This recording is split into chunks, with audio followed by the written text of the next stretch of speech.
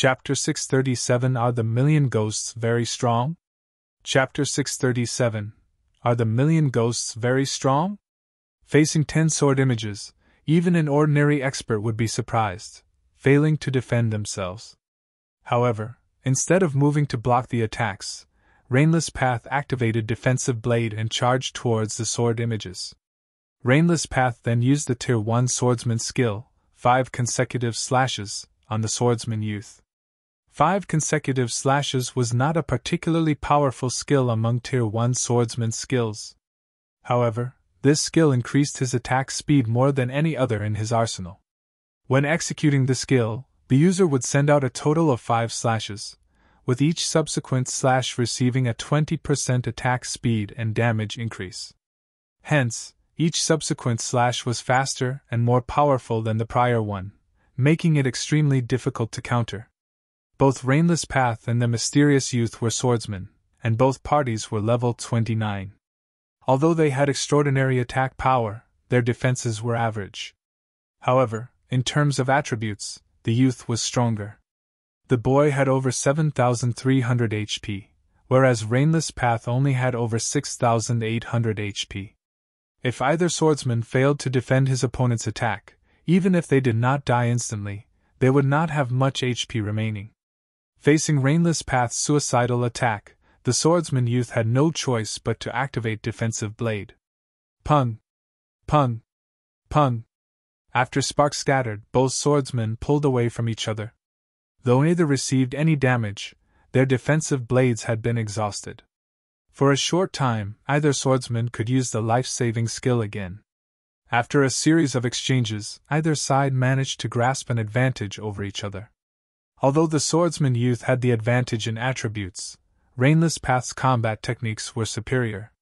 For a time, the swordsmen were helpless against each other. However, the same could not be said for the battles happening elsewhere. Arrows and spells flew through the air. The bronze carriages added their own magic attacks into the mix, as well. At the rear line, the healers of both sides concentrated on keeping their allies alive. The bridge had transformed into a miniature battlefield. Players could die at any time. When the Red Rain Caravan's guards were killed by red names, they would lose 1 level and drop 2 or 3 pieces of equipment. On the other hand, the ambushing red names suffered a more severe fate. When they died, not only did they lose 2 or 3 levels, but they also dropped the majority of their equipment. There were even some red names who dropped every single piece of equipment they had upon death. However, the black-robed players who had emerged were frighteningly strong. Killing the Red Rain Caravan's guards was like child's play to these players. In a short moment, these black-robed players had killed 8 guards. How could this be? Red Rain suddenly felt a wave of despair. They should not have had any problems dealing with the 1,000-mile killers. However, these 12 powerful experts had rendered even the Red Rain Caravan powerless. Moreover, these 12 experts were members of the Million Ghosts, a dark guild. Dark guilds were different from ordinary guilds in that they focused on slaughtering other players. The members of dark guilds were all red names. Meanwhile, the Million Ghosts was one of the famous dark guilds in the Black Dragon Empire. The dark guild's strength could rival even that of a first-rate guild. Only, the guild had far fewer members than a first-rate guild. Red Rain had never imagined that the Million Ghosts would lay their hands on this place as well. Rainless Path was similarly anxious. After all, as his fight against the swordsman youth drug on, more people in the caravan would die. Ha! From today onwards, the trade route between Starmoon Kingdom and the Black Dragon Empire belongs to the Million Ghosts. You people from Red Rain Caravan, when you return to Starfall City, make sure to tell all the caravans in the city that anyone who crosses this bridge will have to pay a toll. Otherwise, they will share your fate. 1,000-Mile Bear arrogantly declared as he overlooked the battling crowd. The Red Rain Caravan's members could not help but despair at these words. The Million Ghosts intended to use them as an example for the people of Starfall City.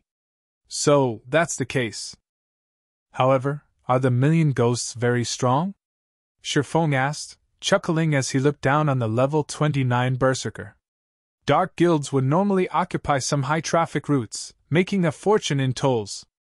However, Shifeng had never imagined that the Million Ghosts Guild would discover the importance of trade routes and begin claiming them so quickly. It was just like how the Candlelight trading firm was charged an export fee when selling their products in other cities. If they exported products to other countries, however, the fees were much higher, charging 30% of the item's price. Hence, once players established a shop in other countries, they normally formed their own caravans to transport their goods, saving a lot on travel expenses. The Candlelight trading firm already possessed shops in a few cities within the Black Dragon Empire. The trading firm similarly had a shop in Starfall City. However, as the level of current players was still somewhat low, Shifeng had not planned to establish his own caravan just yet. Since the Million Ghosts was already eyeing trade routes, Shifeng could not sit idle and do nothing. How dare you provoke the Million Ghosts? A level 29 black-robed berserker charged towards Shifeng, sending a heavy strike at Shifeng's head. In response, Shifeng remained motionless as he allowed the berserker's axe to descend on him. Pun! Before anyone knew it, Fire Dance appeared beside a black-robed berserker and used sneak attack, forcing the berserker into a fainted state for 3 seconds. Immediately after, she used the most powerful burst skill an assassin had, Absolute Strike. When her dagger penetrated the berserker's back, the attack threw the latter forward by 10 yards. System: Absolute Strike completion rate 85%, resulting in 100% of skill's effect. Skill proficiency plus 3. Minus 12,056. The black-robed berserker, who had less than 8,000 HP, dropped like a stone. As the berserker slammed heavily into the ground, he dropped 3 pieces of equipment.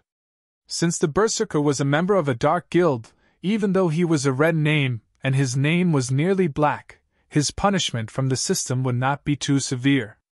Only he would drop slightly more items than an ordinary player. As for his lost levels, he would only lose 1 level like everyone else. However, the black-robed berserker's death immediately silenced the battlefield. Everyone's attention shifted towards Fire Dance, who currently wore a black cloak that blurred her appearance. "Who are you?" Thousand Mile Bear asked, his expression turning grave as he stared at Shifeng. The 12 experts the Million Ghosts had sent were all core members of the Dark Guild.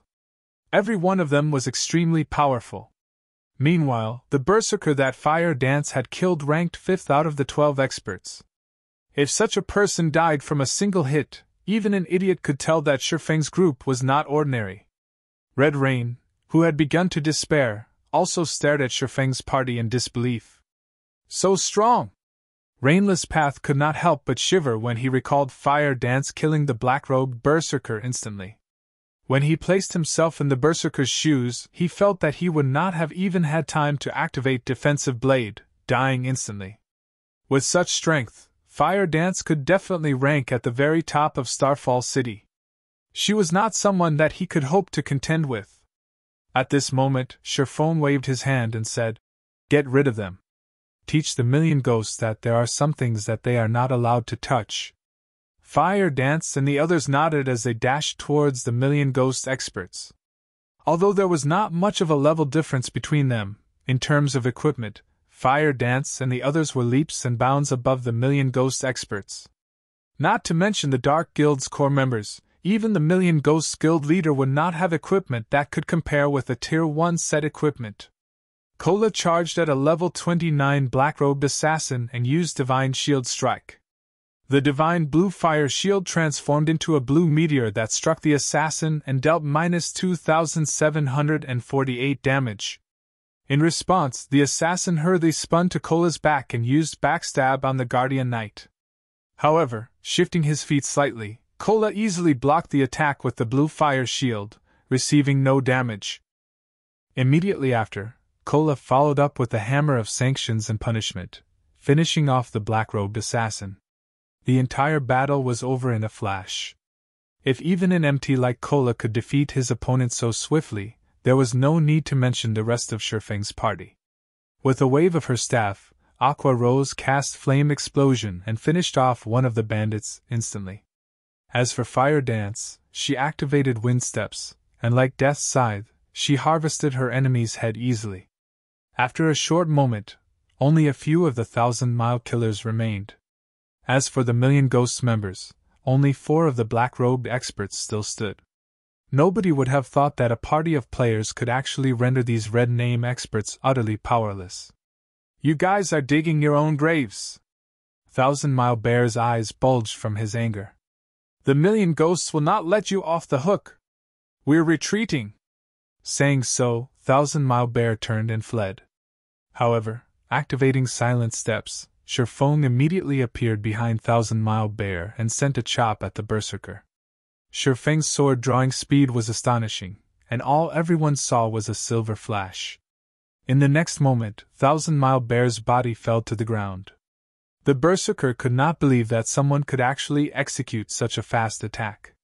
It was so fast that he had no chance to react. The only thing he could do was watch as his HP descend until it reached 0. Chapter 638 Forming a Caravan. Chapter 638 Forming a Caravan. 1,000-Mile Bear's instant death stupefied the Million Ghosts members who had been fleeing for their lives. Shifeng was simply too fast. They had only heard 1,000-Mile Bear finish his words, and in the next moment, his body hit the ground. And before anyone had noticed, Shifeng stood beside 1,000-Mile Bear like the god of death. Monster! This thought immediately possessed the minds of the Million Ghosts members. They finally understood why Shifeng looked down on the Million Ghosts. With such strength, not even the big 3 in their guild would be his match. Both Red Rain and Rainless Path stared in shock at Shifeng quietly standing in the distance. They were very familiar with 1,000-Mile Bear's strength. Even if they worked together, they would need to expend a lot of effort to defeat him. 1,000-Mile Bear might even escape. However, as if he stepped on an ant, Shifeng only needed an instant to kill the berserker. They could no longer fathom just how strong Shifeng was. And here I thought that his companions were strong enough. I never imagined that the man himself would be even stronger. Thank goodness I accepted his request. Red Rain was somewhat afraid as she thought back to how she had taken a gold coin from Shifeng. Fortunately, she had not offended Shifeng with her words or actions. Otherwise, the consequences would be unimaginable. So that's what a real expert looks like. An indescribable excitement rose in Rainless Path's heart when he recalled Shifeng's attack, which had been as quick as lightning. In Starfall City, he was already considered one of the city's peak experts. There were not many worthy opponents for him in the city. However, upon seeing Shifeng's stunning performance, he finally understood what a real expert was. A real expert was someone who could exert their body and techniques to their limits, someone who could utilize their strength with maximum efficiency, and someone who was more than just slightly stronger than an ordinary player. After 1,000-Mile Bear died, Fire Dance and the others swiftly dispatched the Million Ghosts members and collected some excellent equipment. Although these level 25 dark gold and fine gold items were of no use to Fire Dance and the others, there were a bunch of people in the guild who would fight over for them. Hence, the party silently pocketed the equipment, not bothering to leave any for the Red Rain Caravan. Many thanks for Big Brother Expert's help. Without you taking action, our Red Rain Caravan would have been obliterated. Red Rain repeatedly expressed her gratitude to Shifeng. Although Shifeng hid his name, from the vague appearance Red Rain saw beyond the cloak, she could tell that Shifeng was not a child. Hence, she referred to Shifeng as Big Brother Expert. There is no need to thank me. I am only doing my job as a guard. Shifeng waved his hand. He then shifted his eyes to the Million Ghosts' corpses, commenting softly, "A dark guild is already targeting this trade route. In the future, any caravans that pass through here will have to pay a toll. I wonder what plans Miss Red has for the future." Compared to ordinary guilds, dark guilds were far more overbearing. They would not give up a potential source of income just because of one failure. They would mobilize their forces, attacking again and again like a pack of hungry wolves. They would not give up before achieving their goals. After all, dark guilds had significantly fewer sources of income than ordinary guilds. In order to develop themselves, it was a necessity to resort to such desperate actions. Moreover, as players' levels increased, trade routes would become increasingly prosperous. one could collect astronomical tolls. Moreover, it was a costless business.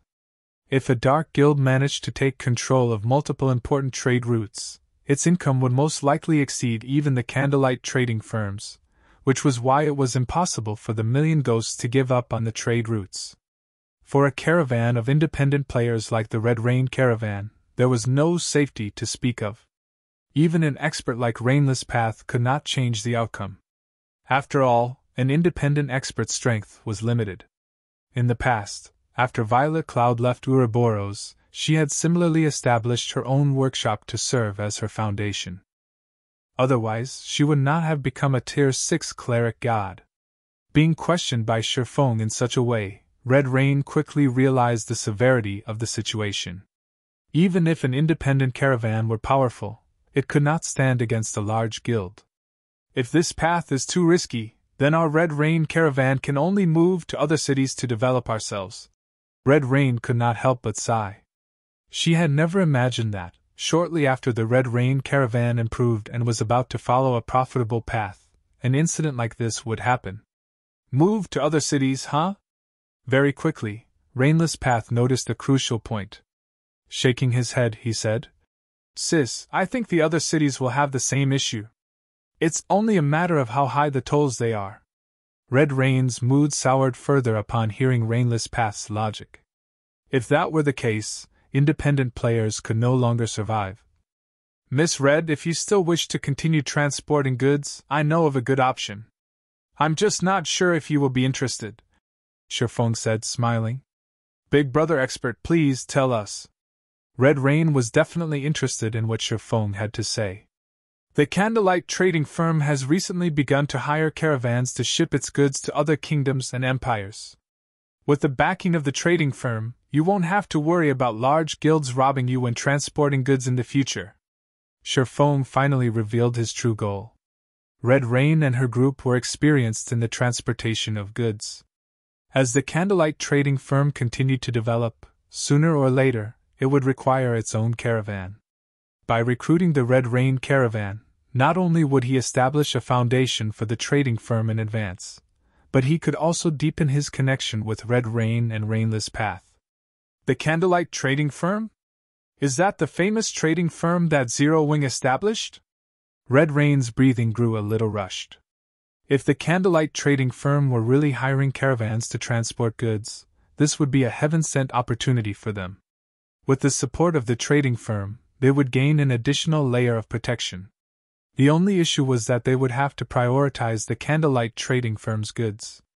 However, in the future, the Red Rain Caravan would no longer have to worry about robberies. Zero Wing was currently like the midday sun throughout Star Moon Kingdom. It was a guild that even the super first-rate guild, the Dragon Phoenix Pavilion, was helpless against. There was no need to mention the other guilds in Star Moon Kingdom. "Thank you for the advice. I'll begin preparing once we return to Star Moon Kingdom." Red Rain repeatedly thanked Shifeng. Following which, Red Rain and the others began to clear the battlefield. After completing this shipment, they intended to try their luck with the Candlelight trading firm. Standing beside Shifeng, Aqua Rose asked curiously, "Guild leader, since when did Candlelight begin recruiting caravans? Why didn't you tell me about this before?" It was not an easy task for a caravan to transport goods. The previous battle made this obvious. There were many problems involved in such an operation, and they were extremely troublesome to deal with. "I just decided it." Shifeng laughed. Aqua Rose was speechless. She could not help but shift her gaze towards Red Rain, before returning her gaze to Shifeng, a meaningful smile appearing on her face. She looked at Shifeng as if saying, "I see." Half an hour later, the Red Rain Caravan arrived at the exit of the Great Forest of Soria. Reaching this point, Shifeng and the others had fulfilled their agreement. After parting with Red Rain and the others, the party advanced into the inner regions of the Great Forest. Roughly 4 hours later, Shifeng's party arrived at a small lake in the forest. "Guild leader, aren't we trying to capture a guild mount? Why aren't there any monsters here?"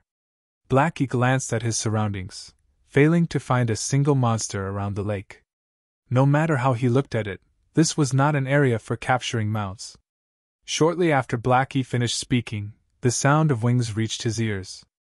Turning to the source of the sound, Blackie noticed a golden-winged lion that was over 20 meters long descending from the sky, landing beside the clear lake. A great lord! Blackie gaped as he saw this monster. Every member of the party was shocked. Chapter 639 Rare Mount. Chapter 639 Rare Mount. Guild leader, don't tell me we're going to capture that? Blackie inquired. He gulped audibly as he stared at the massive figure in the distance. The golden-winged Lion King before him was a bona fide great lord. Moreover, it was no ordinary great lord. It was a level 60 great lord. It was definitely part of the ruling class of monsters. It could obliterate them with a sneeze. Golden-winged Lion King, demonic beast, great lord. Level 60. HP 30 000 000/30 000 000. Capture it? Sherfong rolled his eyes at Blackie, saying, You must be crazy. Although the golden-winged Lion King could be captured, it was a level 60 great lord. He wasn't that good. Unless they had a 100-man team of level 70 tier 2 players or above, they had absolutely no chance of capturing the great lord. Sherfeng's reply left Blackie speechless. However, the other members of the party released a sigh of relief. Capturing a monster was several times more difficult than killing one.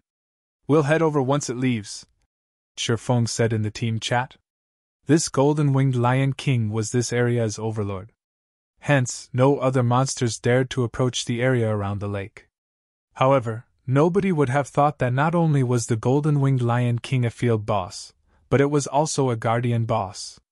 It was a boss specifically tasked with guarding a treasure. In the past, after Fantasy Extinguisher led a team of players to exterminate this golden-winged Lion King, they discovered a secret. When that secret got out, it shocked the various large guilds throughout God's domain. Back then, even ordinary players had their own mounts. The various large guilds had also realized the importance of rare mounts, and constantly searched for their own unique monster. The commotion these guilds caused as a result had disrupted God's domain's peace and tranquility. However, nobody would have imagined that the Fantasy Shrine had actually managed to obtain a 5-star mount. The star ranking of a mount represented its growth potential. A guild mount's rank could be upgraded when properly nurtured. Furthermore, with a higher star rank, a mount had a higher promotion success rate. The majority of the guild mounts throughout God's domain were 1-star mounts. A 1-star mount started out as a common mount. It was a general mount, and most guilds would not capture a 1-star mount for a guild mount as there was only a 10% chance for it to become a bronze mount. A 2-star mount started out slightly stronger than a 1-star mount, and there was a 20% chance that it could become a bronze mount. As long as guild members were willing to pay the price, they could nurture their 2-star mount into a bronze mount. It was much cheaper than just purchasing a bronze mount. As for 3-star mounts, they were rarely seen. Not only could the additional movement speed they provided initially reach 110%, but there was also a 30% chance that they could nurture them to become bronze mounts. However, few guilds were capable of obtaining 3-star mounts. A 4-star mount was a rare mount. Not only could its initial movement speed reach 115%, but there was also a 50% chance for it to become a bronze mount. Impressively, there was a 15% chance for it to become a mysterious iron mount. This was a potential that 1-star to 3-star mounts did not possess. Hence, 4-star mounts and above were considered rare mounts. Various large guilds throughout God's domain drooled over the idea of their own 4-star mount. Although there was only a difference of 1 rank between a bronze mount and a mysterious iron mount, the latter possessed storage capabilities. Moreover, unlike bronze mounts, mysterious iron mounts' combat capabilities allowed them to make a difference in a battle. 5-star mounts were even more powerful. The additional movement speed they provided initially could reach 120%. Its speed was practically equivalent to an ordinary bronze mount. Only it did not possess any combat capabilities. However, 5-star mounts had a 70% chance to become bronze mounts. Not only could they be upgraded within a short amount of time, but they also had a 30% chance to become mysterious iron mounts, and a 3% chance to become secret silver mounts. The most powerful guild mount Shifeng had seen in the past was a 6-star mount. Its rarity could even rival that of a legendary item. There was a 90% that it could become a bronze mount, 50% chance for mysterious iron rank, and 10% chance for secret silver rank. Just the thought of a guild outfitting its members with secret silver mounts was frightening. After all, unlike mysterious iron mounts or below, secret silver mounts possessed skills that could assist players in battle, increasing their combat power significantly. This was also why so many guilds had been so desperate to collect rare mounts in the past. In the past, after Fantasy Extinguisher's team killed the Golden-Winged Lion King, they discovered a 5-star mount and became one of the few large guilds throughout God's domain to possess one. After over an hour, the Golden-Winged Lion King finally quenched its thirst and finished its rest. It then flew from the clear lake. "All right, everyone, drink your potions and follow me." Shifeng did not bother to explain much. Immediately, he retrieved a deep blue potion from his bag and emptied the bottle's contents. The underwater breathing potion allowed players to breathe underwater for 2 hours. After drinking the potion, Shifeng led his team and dove into the lake. Although the Golden-Winged Lion King was a guardian monster, it did not guard this place constantly. It normally left the area for an hour or so, giving players a loophole to exploit. Otherwise, Shifeng would not have been confident of capturing 5-star mount that hid behind a great lord. After swimming for about a dozen minutes or so, the party discovered the ruins of a shrine. However, the shrine's thick, stone doors were currently shut tight. Even after combining their strength, they could not open the doors. It was obvious that they needed some sort of item to gain passage. Just as everyone was at a loss on what to do, Shifeng activated the 7 Luminaries' Ring space movement and entered the space beyond the stone doors. A minute later, the stone doors slowly opened. Everyone was amazed by this scene. They had not thought that the doors could be opened like this. "I wish I had an item with space movement. I could easily teleport into any shrine I find without wasting effort looking for a way to open the doors," Blackie said enviously. "This method is only viable for shrines that are not magically sealed. You wouldn't be able to teleport into shrines with magic seals or their own spaces." Shifeng wished the same, but there were very few non-magically sealed shrines throughout God's domain. There were even fewer items with skills similar to space movement. Normally, in order to enter this shrine beneath the lake, players were required to obtain the key by killing the Golden-Winged Lion King. "All right, we don't have much time left. We have around 40 minutes before the Lion King returns. We need to finish the job within these 40 minutes. Shifeng no longer bothered to explain. Immediately, he swam further into the shrine. The shrine was not large, being only 3 stories tall. The first floor was completely flooded. There was nothing special about the second floor beyond the various idols that cluttered the space. However, upon reaching the 3rd floor of the shrine, the party felt as if they had entered a different space entirely. The 3rd floor was actually a forest. Various wild beasts and demonic beasts lived here, and the monsters were all level 50. However, the beasts living here would not actively attack players. Meanwhile, slumbering in this forest's heart was a blue wolf that stood over 3 meters tall. Despite being asleep, blue arcs of electricity flashed around the wolf's body, preventing others from approaching it. Thunderwolf, demonic beast lord. Level 50. HP 9,000/9,000,000. Such a handsome wolf! Kola was immediately mesmerized by the Thunderwolf. In comparison, the horses of the Red Rain Caravan's bronze carriages looked like ugly toads. The Thunderwolf was twice as large as a horse. If he could ride the beast through the city, he would become the envy of all. "We only have 30 minutes left. Get into position as I taught you. If we fail, we'll have to spend a long time running back to this place," Shifeng hurriedly commanded. Quickly, everyone stealthily approached the Thunderwolf under Shifeng's command. Chapter 640 Astonishing Attack Power. Chapter 640 Astonishing Attack Power. The Thunder Wolf cracked open its eyes upon detecting Shifeng's party. It then emitted a low growl, warning the approaching humans. Although the demonic beasts on the third floor would not actively attack players, they would give warnings when players got too close. If the players refused to heed their warning, they would attack. Cola, make sure you're ready to aggro the wolf. Blackie, focus on using Guardian of Light. Violet, focus on healing. Everyone else, use the hunting scroll when the time arrives. Shifeng hurriedly commanded his team when he noticed the Thunderwolf beginning to stand. Normally, it was practically impossible for them to capture a level 50 lord. However, the Thunderwolf was slightly special.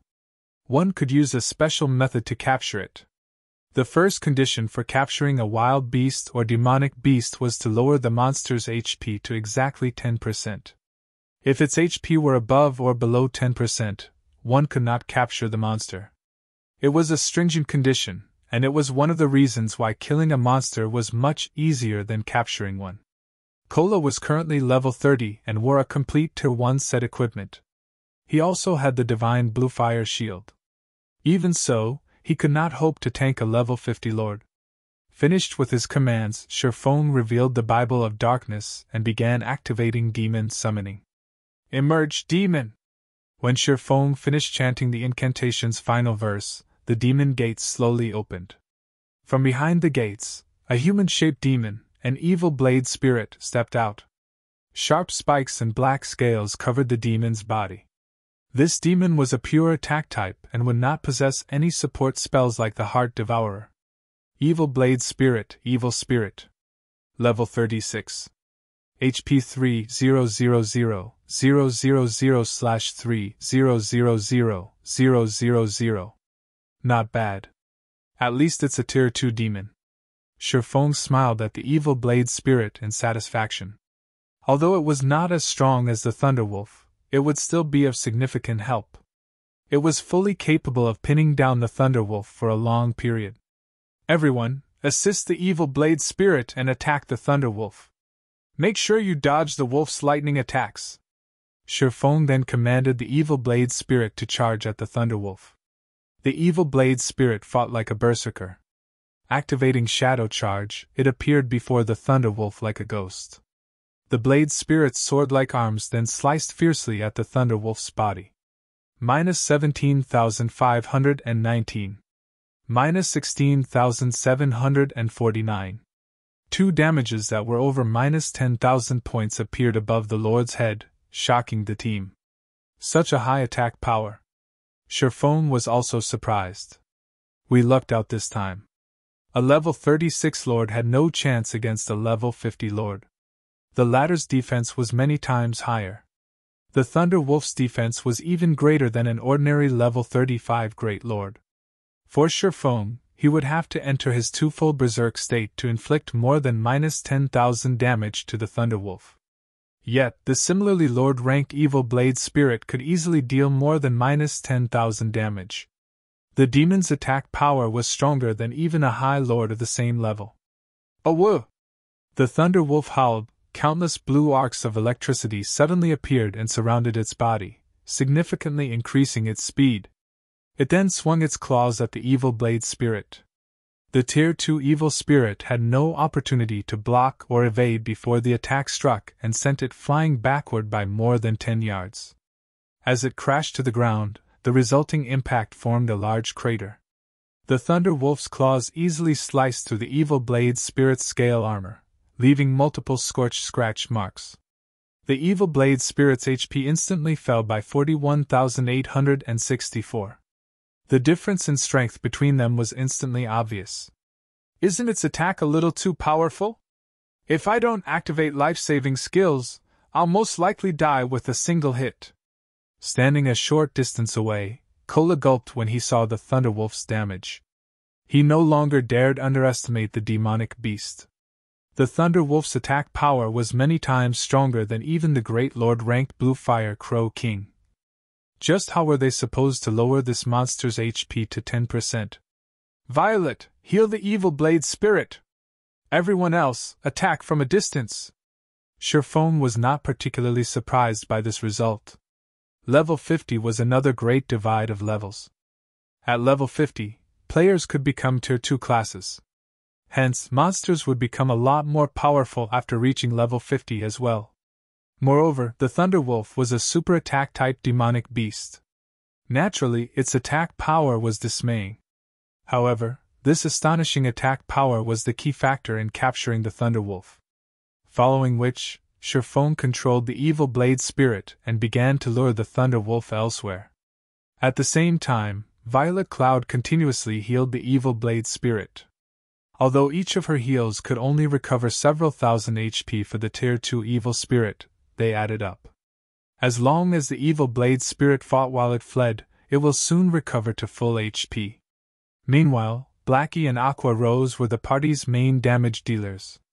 Unfortunately, when Aqua Rose used the Tier 1 spell, Fire Dragon's Dance, she only caused a little over -1,500 damage.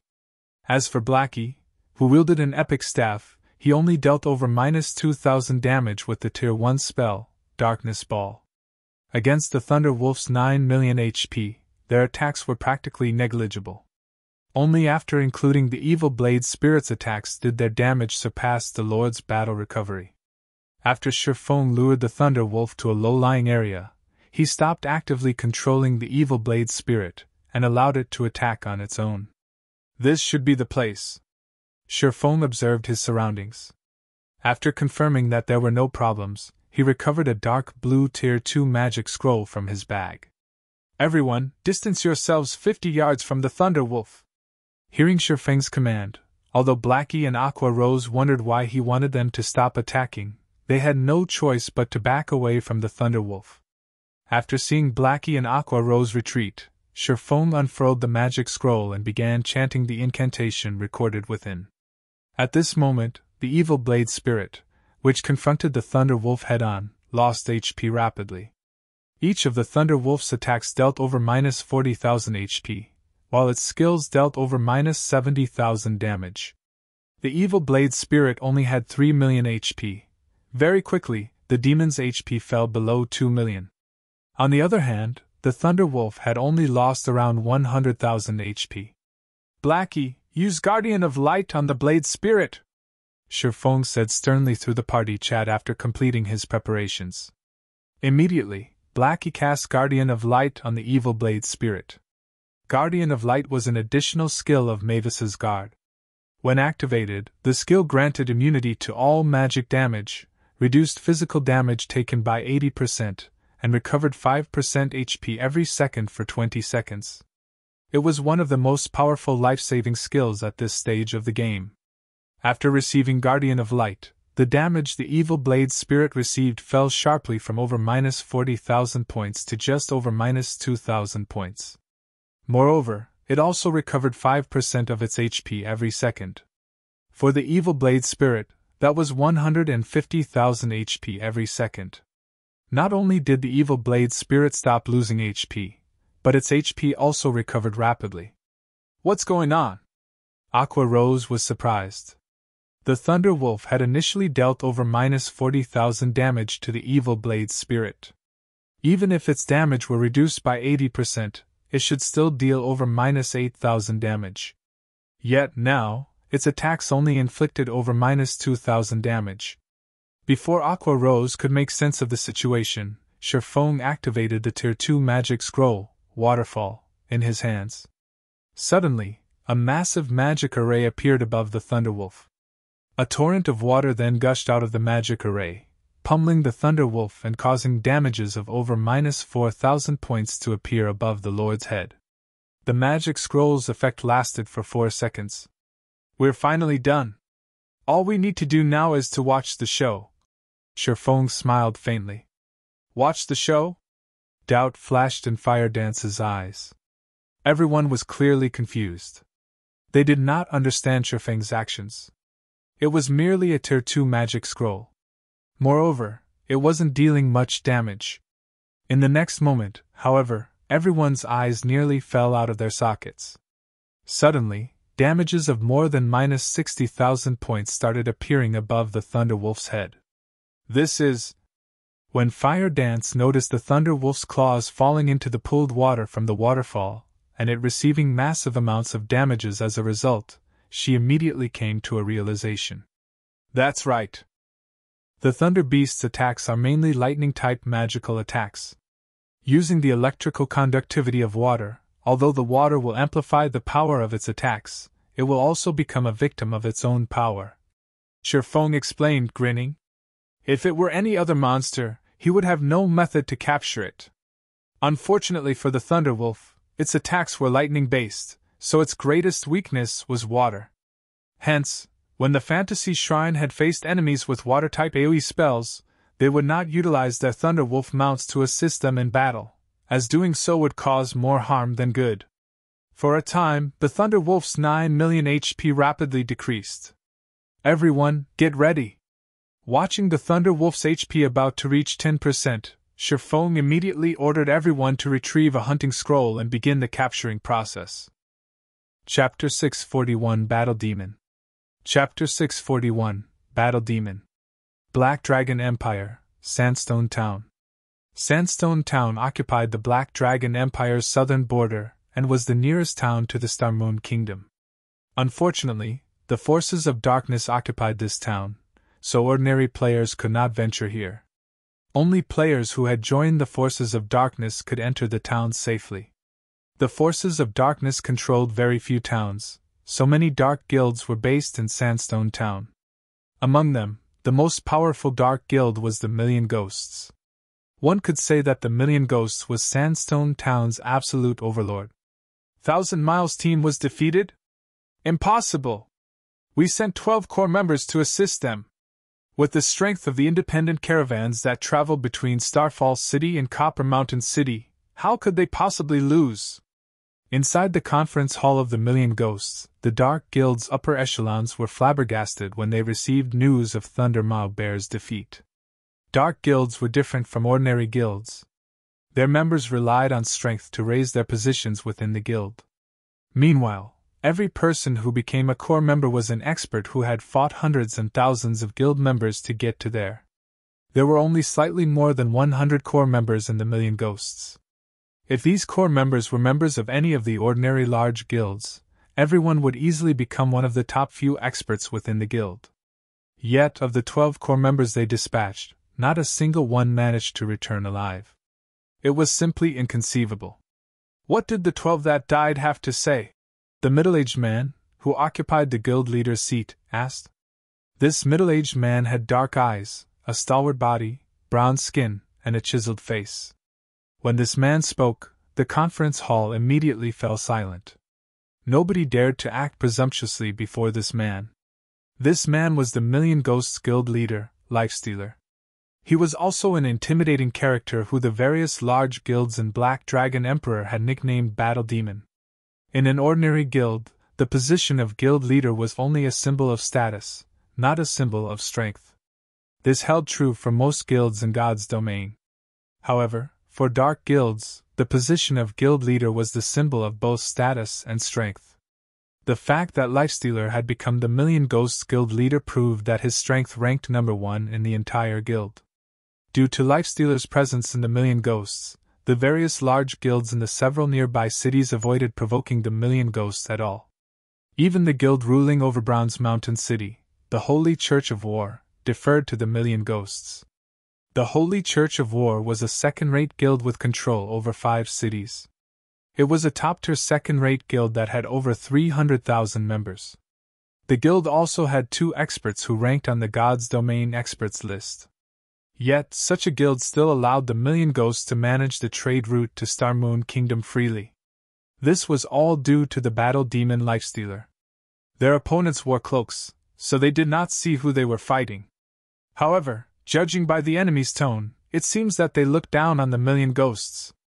They even warned us not to touch the trade routes. They're taking us too lightly. Guild leader, let me lead some men and hunt down those bastards. If we don't do anything about this, the reputation our guild has built will be ruined. Guild leader, I'll go as well. The nearby large guilds should have learned of this by now. The Holy Church will also be watching. If we show them what the consequences are for messing with us, the Holy Church won't dare consider vying for dominance. The elders in the conference hall began stepping up, one after another, all wanting to teach those who dared provoke the million ghosts a lesson. It seems that our guild's reputation isn't as well known as it should be, to think that even the people from Star Moon Kingdom dare provoke us. However, there is no need to be anxious. Since they have done such a thing, it shows that they possess certain confidence and background. Have our members stationed in Starfall City investigate this matter. Once we know who we're dealing with, we'll give them a taste of hell. Lifestealer revealed a malicious grin. Seeing the smile on Lifestealer's face, everyone involuntarily shuddered. Back when the third-rate guild, Divine Flurry, had provoked their guild leader had revealed this exact smile. 4 days after the initial incident, every core member of Divine Flurry died over a dozen times, and the guild disbanded as a result. Now that Lifestealer wore this smile once more, Starfall City would most likely fall into chaos. Meanwhile, inside the shrine in the great forest of Soria, watching the Thunder Wolf's HP rapidly approach 10%, tension grew in the party.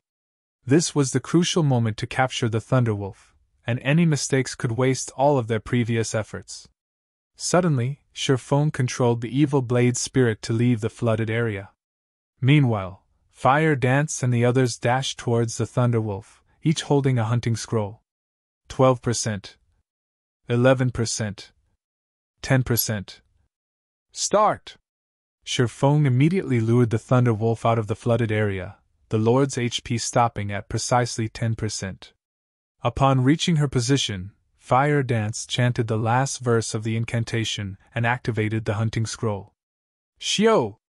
A pitch-black chain emerged from the hunting scroll and bound one of the Thunder Wolf's hind legs. Meanwhile, Fire Dance affixed the scroll on the ground. The hunting scroll's purpose was to trap the targeted beast. However, its effect only lasted 1 short minute. At the same time, everyone else in the party also activated their hunting scrolls, binding all 4 of the Thunder Wolf's limbs and preventing the demonic beast from moving. Oh whoa! The Thunder Wolf howled in anger. Suddenly, dense dark clouds condensed above the fight, releasing blue strikes of lightning towards the affixed hunting scrolls. Reacting quickly, Fire Dance activated Wind Steps, utilizing the skill's nearly 1 second invulnerability to block the oncoming lightning strike. However, though she was unscathed from the attack, the hunting scroll was obliterated. Continue using hunting scrolls! Do not let it go no matter what! Sherfone also retrieved a 5-star cage from his bag and charged at the Thunderwolf. The second key aspect when capturing a beast was timing. Cages required time to activate. During this period, the target must not escape the cage's range. Otherwise, the capture will fail, rendering the cage useless. Fire Dance and the others understood what they needed to do. They retrieved more hunting scrolls from their bags and activated them. Meanwhile, the Thunder Wolf continuously destroyed the affixed hunting scrolls in a fit of rage. At this moment, Sherfone found an opportunity, as he abruptly leaped into the air, jumping above the Thunder Wolf and activating the cage. Fixing the cage to a specific location required approximately 2 full seconds. However, the 5-star cage's enclosure was not large. Oh whoa! The Thunder Wolf released an angry howl. Suddenly, more dark clouds collected in the sky, the lightning strikes increasing in number as well.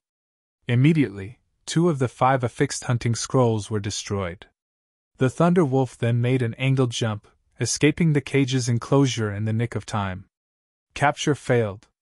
Following which, Fire Dance and the others hurriedly used more hunting scrolls to pin down the demonic beast. However, Sherfeng's second capture attempt also failed. Meanwhile, Sherfeng only had 2 5-star cages remaining. In other words, he only had 2 chances to capture the Thunder Wolf left. As expected of a 5-star rare mount. It really is lively. This was the first time Sherfeng had attempted to capture a 5-star mount in either life. The Thunder Wolf was far more difficult to capture than he had expected. However, Sherfeng was not someone to be trifled with. For his third attempt, he activated one of the Abyssal Blade's skills, Abyssal Curse, preventing all targets within a 30-yard radius from moving for 5 seconds. Although the Thunder Wolf was a level 50 lord, the skill would still affect it somewhat. Suddenly, the Thunder Wolf's movements visibly slowed. Shaman then activated Heavenly Dragon's power and used Thunder Flame Explosion on the demonic beast. -8,679. Although his damage was negligible, Thunder Flame Explosion had a movement speed reduction effect. As a result, the Thunder Wolf's speed dropped further. "Use the hunting scrolls quickly!" Shaman shouted anxiously. Hearing Shifeng's command, Fire Dance and the others activated their hunting scrolls. This time, 5 chains simultaneously bound the Thunder Wolf. Still not satisfied, Shaman activated Abyssal Bind as well. 9 chains suddenly sprouted from the ground, locking the Thunder Wolf in place. However, despite the many restrictions, the chains began to shatter, one after another. Shaman began setting a cage into position once more. For a moment, everyone forgot to breathe. Just to hold the Thunder Wolf in position, they had used more than 60 hunting scrolls. Each person only had a few hunting scrolls remaining. The cage's channeling time slowly decreased. 2 seconds. 1 second. "In you go!" Shaman roared. Immediately, a massive steel cage fell from the sky, trapping the Thunder Wolf within. Chapter 642 Formation of the Dark Gods Legion. Chapter 642 Formation of the Dark Gods Legion. The Thunder Wolf struggled desperately inside the cage, repeatedly slamming its body against its steel bars. The 5-star prison even began showing signs of strain. Seeing this scene, Shaman hurriedly chanted an incantation. In the next moment, the magic runes carved into the cage glowed. The cage itself then proceeded to shrink, only stopping when it was squeezing the Thunder Wolf. At this point, the Thunder Wolf no longer had space to generate enough momentum for a powerful charge. "It sure is difficult to capture a demonic beast." Aqua Rose swept a glance at the numerous little craters around her, the aftermath of the Thunder Wolf's attacks on the anchors of the chains binding it. Fortunately, the few of them managed to react and evade the Lord's lightning attacks quickly, allowing them to capture the Thunder Wolf without any fatalities. "Let's get ready to leave, then." Shaman took a look at the time. They were cutting things fine. The Golden-Winged Lion King would return soon. He then retrieved a bunch of storage space scrolls from his bag. Although they had already captured the Thunder Wolf, the demonic beast's massive frame was over 3 meters tall. In addition, there was the massive steel cage. Transporting the Thunder Wolf out of this place would be extremely troublesome. They would require many players with high strength just to lift the cage and the Thunder Wolf. And even if they did manage to lift them, their movement speed would be significantly reduced. They would also encounter many dangers while carrying the demonic beast. Who knew just how much time they would have to waste conveying the Thunder Wolf back to White River City? Hence, storage space scrolls were available for purchase in God's domain. These scrolls could be used to store large items. Not only was the Thunder Wolf massive, but it was also a living creature. Shaman had to use a total of 20 storage space scrolls in order to fit the Thunder Wolf into his bag space. The Thunder Wolf instantly took up 20 slots there. However, the duration of the storage space scrolls was not indefinite. They could only be used to store items for up to half an hour. Following which, everyone used return scrolls and departed from the shrine. White River City, Zero Wings Guild residence. After Aqua Rose and the others went to rest, Shaman went to the warehouse inside the guild residence by himself. He then placed the Thunder Wolf inside the warehouse, as well as took out several magic crystals from his bag and put them inside the Thunder Wolf's cage. Demonic beasts were different from wild beasts. Their primary source of food was magic crystals. Just a single crystal could sustain a demonic beast for a long time. Now that I've obtained a rare mount, next up will be constructing a stable. When Shaman looked at the ferocious Thunder Wolf, he grew eager to construct a stable as soon as possible. Only after he had a stable could he begin taming the Thunder Wolf. Demonic beasts were much more difficult to tame than wild beasts. Moreover, the higher the star ranking of a creature, the longer the time required to gentle it. Complete taming of the Thunder Wolf would need at least 10 to 15 days. If he could finish the stable even a day sooner, he might be able to have the Thunder Wolf trained by the time the guild's core members reached level 40. If he could pair every core member with a Thunder Beast, their combat power would soar through the roof. Only, too many materials were required to construct a stable.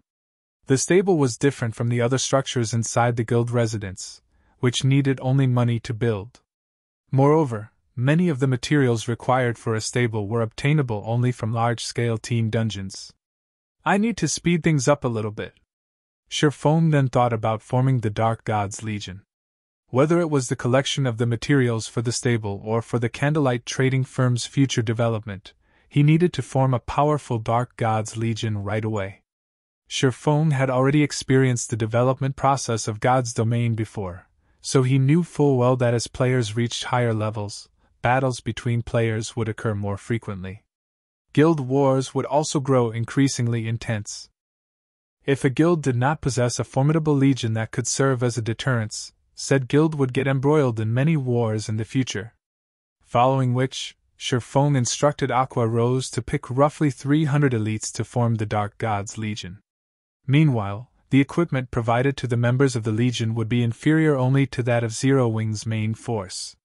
Shortly after Sherfone began establishing the Dark Gods Legion, news of this matter spread like wildfire throughout the entire White River City. The development immediately attracted the attention of the many guilds in the city. However, the ones paying the most attention to this matter were still the independent players. At this point, Zero Wing was no longer the small guild it was in the past. Not only did it have over 100,000 members, but it also had the strength to clear the hell-mode ruins of the Crow God. Whether it was grinding monsters or questing out in the fields, not a single guild dared to do anything to the members of Zero Wing within the region of White River City. This situation had made many independent players envious of the members of Zero Wing. At this stage of the game, large guilds already occupied all available high-resource maps. As independent players, even when they were out doing a high-level quest, there was a chance that guild players would target and kill them. As a result, leveling up and upgrading equipment became extremely difficult for them. Hence, many independent players were considering joining a powerful guild. Meanwhile, Zero Wing was currently forming a Dark Gods Legion. Moreover, the members of the Legion received treatment that was inferior only to the guild's main force.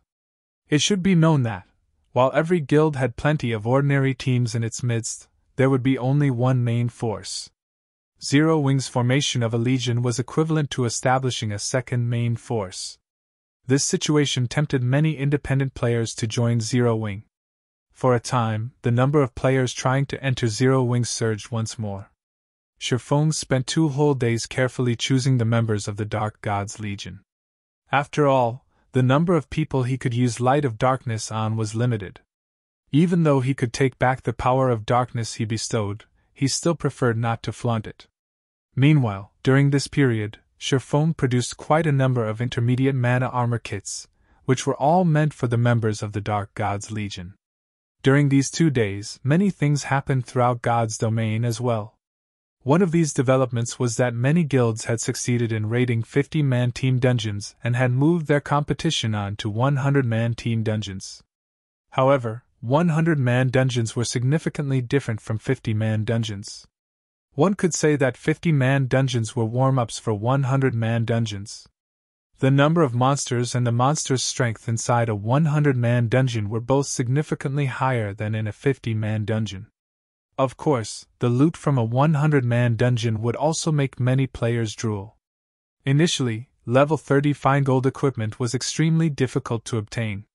However, it much easier to get in a 100-man hard mode dungeon. Even the chieftain-ranked monsters inside the dungeon would drop it. There was also fine gold set equipment specifically meant for the various classes.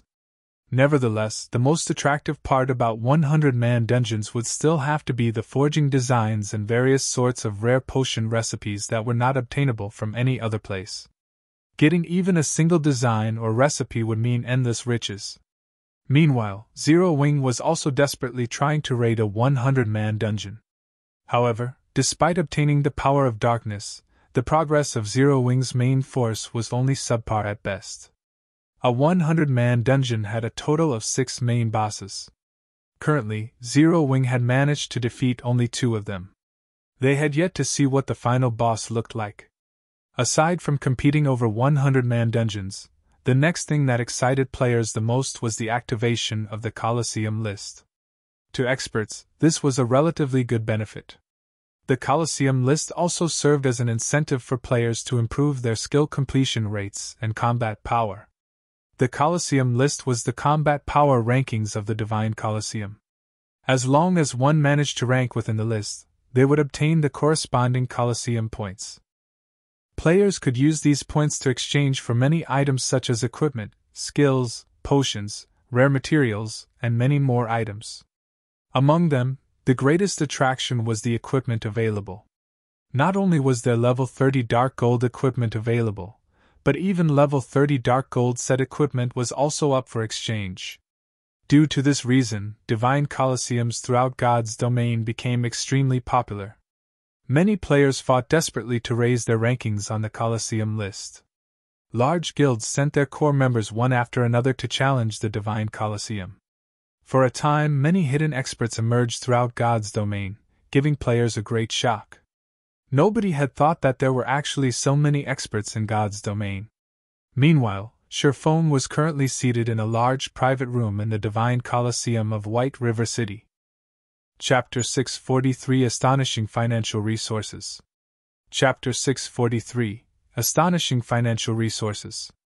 Inside the towering Divine Colosseum, dozens of large screens hung inside the main hall of the Divine Colosseum were currently displaying the battle videos of experts who had managed to reach the 4th floor of the Colosseum. The challenges inside the Divine Colosseum were purely meant to test how much combat power a player could exert. The quality of a player's equipment was irrelevant in these challenges. Even a player wearing only bronze equipment could get past the 4th floor. However, ordinary players would have a difficult time just getting through the 1st floor of the Divine Colosseum, not to mention the 4th. In White River City, experts capable of breaking through the 4th floor were as rare as a phoenix's feather. As for players who did not have any magic crystals to challenge the Divine Colosseum, they could also watch the battle videos of experts at the main hall.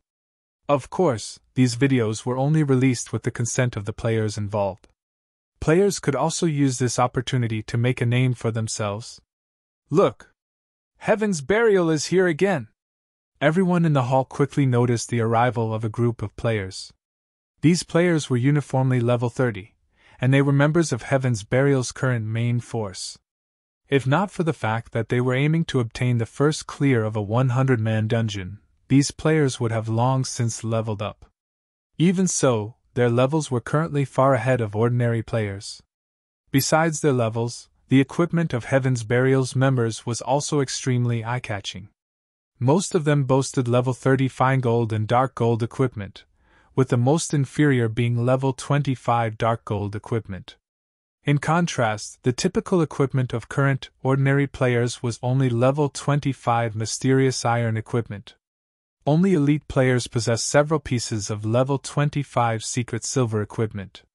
Not only does Heaven's Burial have so many experts, but these experts also come here to train multiple times each day. It makes you wonder just how strong they are. What do you even know? Having more experts in a guild is better, of course. Moreover, by training here, they can increase their rankings on the Colosseum list and earn points to exchange for dark gold equipment. Aside from improving their combat techniques, that's killing 2 birds with 1 stone. Why wouldn't they do it? Recently, Heaven's Burial has been growing increasingly stronger. Initially, they had less than 10 members who managed to pass the 4th floor. Now, after only a few days, that number is up to 20. 2 members of the guild even have managed to get to the 6th floor. In the entire White River City, Heaven's Burial is only slightly inferior to Overwhelming Smile and Zero Wing. Isn't that only because the guild is rich? Challenging the trial tower costs 1 magic crystal each time. Normally, when we raid dungeons, we will only get 1 magic crystal after a lot of difficulties.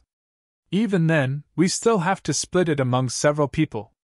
After raiding dungeons all day, our turn to get a crystal might still not come. Meanwhile, the members of Heaven's Burial's main force get a daily allowance of 5 magic crystals, so they get to challenge the trial tower 5 times a day. With 100 members in the main force, Heaven's Burial has to spend 500 magic crystals per day. Due to the Divine Colosseum, the current price of magic crystals has long since gone up by several-fold. Right now, each crystal is worth 20 silver, yet there is a shortage. There is still room for prices to rise. That's right. I knew I should have stocked up on some magic crystals. I would have been able to make a small fortune by now. It would be great if I could become a member of Heaven's Burial's main force. Many players looked on with envy as the members of Heaven's Burial walked towards the trial tower. Not even the wealthy overwhelming smile could afford such extravagance.